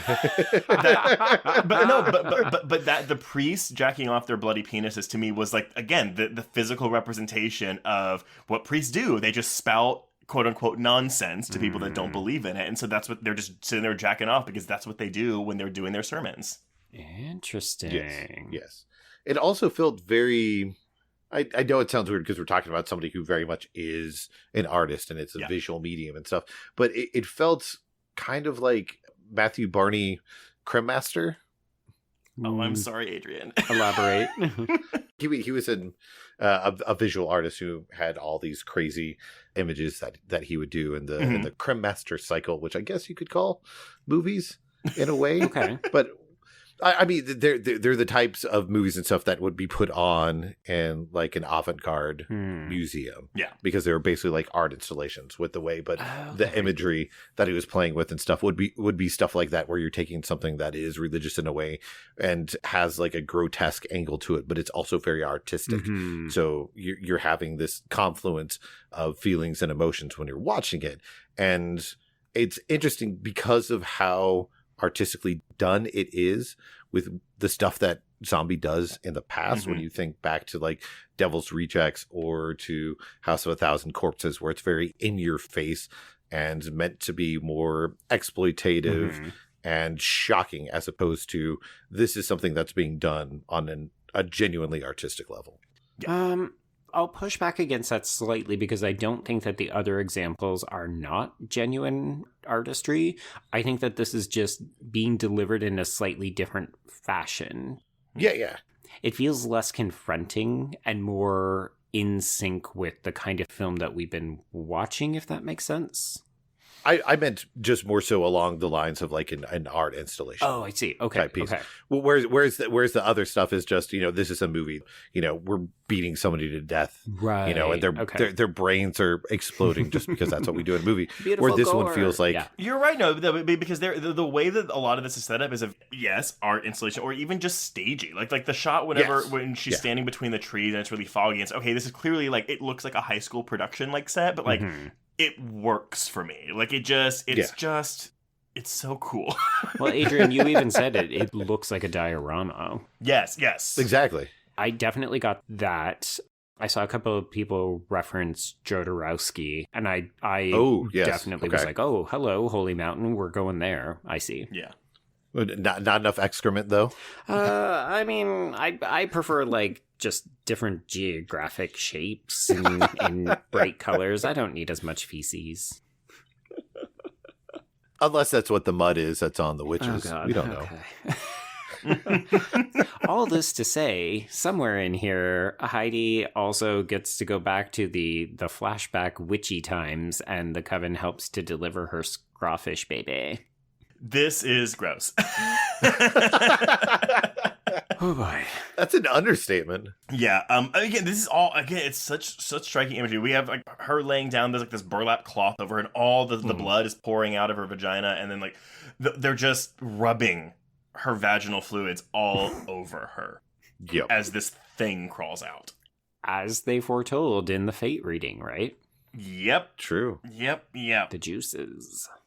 And it's also I'm gonna pull a joke here and crop myself for saying a word again, but it's striking in the fact that he jumps from having things be wide, basically, when you're able to take in everything a few seconds, and then it gets really claustrophobic with the camera focusing on things, whether it's just her legs or her side, and everybody's peering in on her, and it feels very tense all of a sudden. Yeah, I think claustrophobic is definitely the word that I thought of, and it also has the effect of reducing Heidi to not a person anymore, right? Sure, she was vacant, but she was present in the amphitheater, whether or not her mind was there. But here, she is just reduced to the sum of her body parts. They are only interested in this child, and Heidi as a person ceases to exist. Well, and then we have her wearing this Jesus couture as she's standing on the naked bodies of all the witches, or I'm sorry, of all the Salem whores, if you will. God. Yeah. At this point, I literally wrote in my notes, I was just like, this is so good. So blasphemous. Yeah. With her eyes glowing too? Yes. Oh my God. Yeah. Oh yeah. They're like whited out. Yeah. Because it reminded me of a picture of like Mary holding Jesus, only fucking satanic, right? No, I think it actually is a replica of an actual painting of Mary. Okay. Would make sense. Because she's got her hands posed like it too. Yeah. I think my favorite thing, and the thing that actually haunts me the most about this, like there's some good quote unquote scares, whether or not you got scared is up to you. There's tons of just really highly memorable imagery, but the fact that the last we see of Heidi is this kind of, it almost looked like found footage, and I couldn't figure out if it was supposed to be her memory or where she goes when all of this is happening to her, but it's just her playing with her dog in the park. Yeah. And it's so fucking sad. Yeah. Mm-hmm. And then the movie ends and we get this epilogue, which is like, yeah, amphitheater turns into a mass suicide site and Heidi is nowhere to be found. Wow. So where Heidi is. So I don't know. Does the phrase "the assumption of Mary" mean anything to y'all? Does not. Okay. So in Catholicism, at least, so when you die, your body is left on earth. Your soul goes to heaven or hell. Mary, the Virgin Mother of Christ, she was assumed into heaven, and that means her body and her soul, the only person to ever have this happen, were brought up to heaven. So I think because Heidi is the mother of the Antichrist, it was her assumption. She was brought body and soul into hell to be with Satan. Whoa. Fucking dark. And that's basically the state that we see her in with the glowing eyes is her getting ready to transfer down there. Yeah, exactly. Wow. Okay.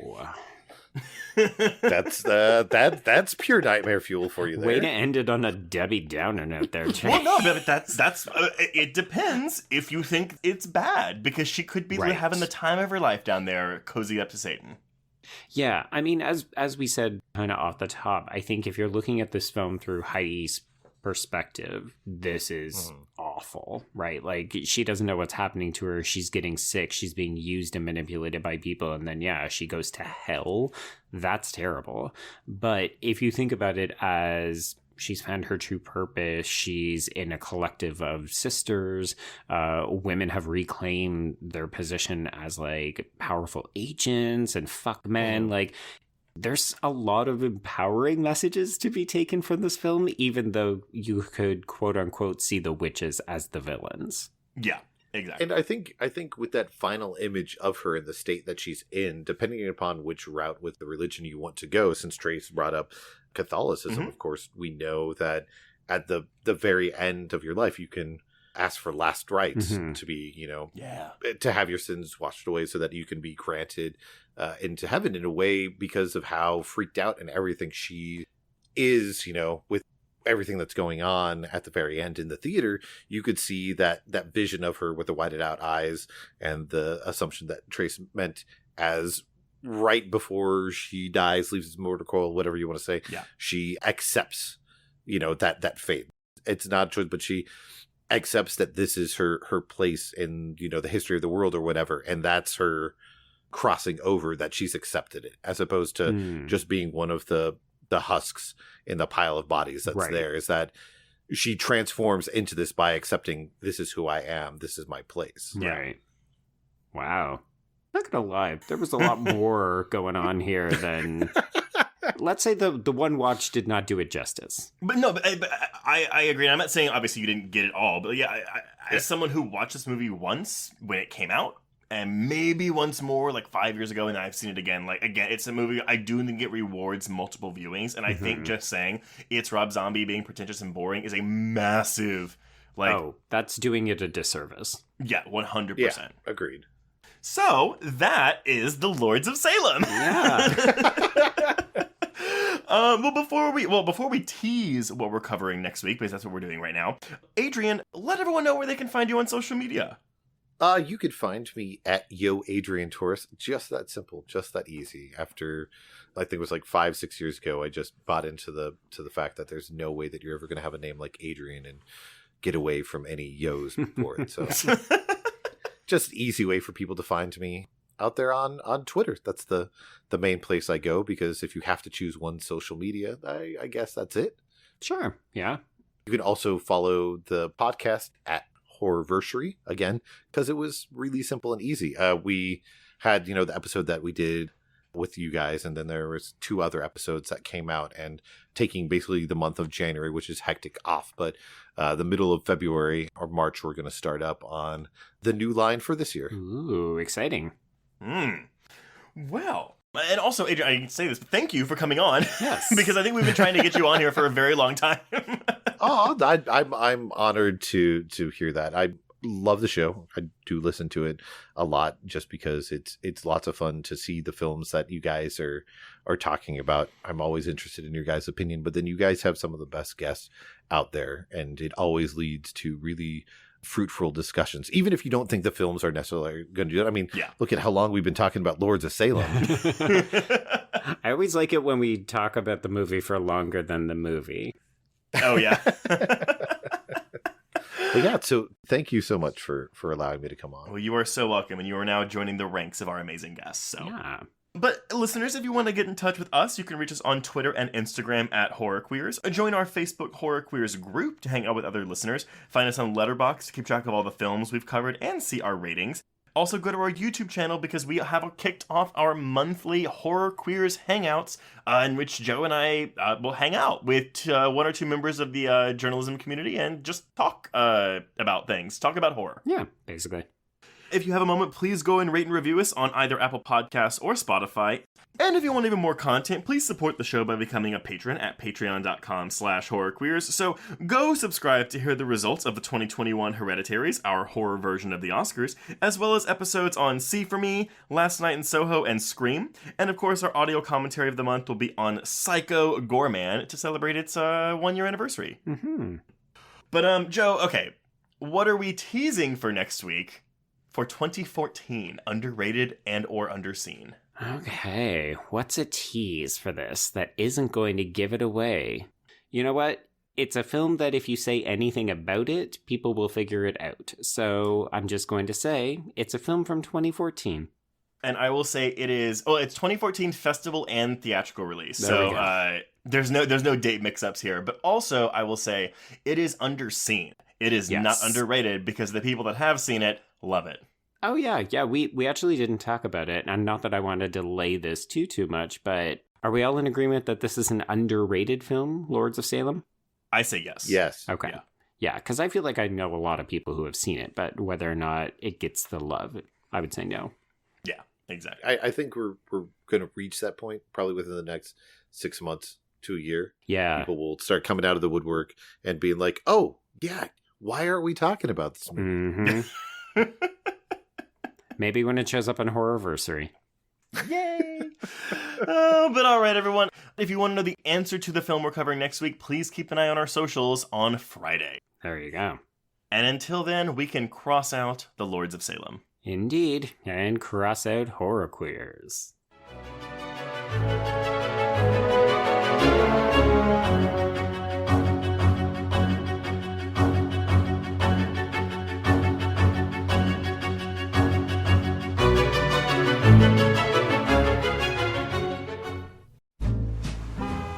Atlas Avenue.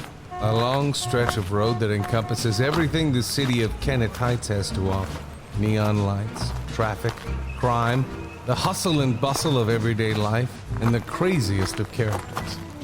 My office was above it all. My name is James Locke, and I'm a PI. Hello, Mr. J. How the hell you doing today? Good, Edith. Nearly every year I have a new case. New people to meet, new clues to discover, and new problems to solve. But I do it the old-fashioned way. No technology. Nothing post-1950. Hell, I don't even listen to podcasts, but you should. Atlas Avenue Beat is a spoof of the film noir genre with goofy characters, tons of wordplay, and non-stop raunchy humor. There's also 3 whole seasons out right now with more on the way. Just search for Atlas Avenue Beat wherever you listen to podcasts or visit us online at bloody.fm. It was late in the afternoon when the professor and I took our way towards the east, whence I knew Jonathan was coming. Jonathan Harker has asked me to note this, as he says he is hardly equal to the task, and he wants an exact record kept. Dear Madam Mina, I have read your husband's so wonderful diary. Strange and terrible as it is true. I will pledge my life on it. God preserve my sanity, for to this I am reduced. Safety and the assurance of safety are things of the past. I am in hopes that I shall see more of you at Castle Dracula.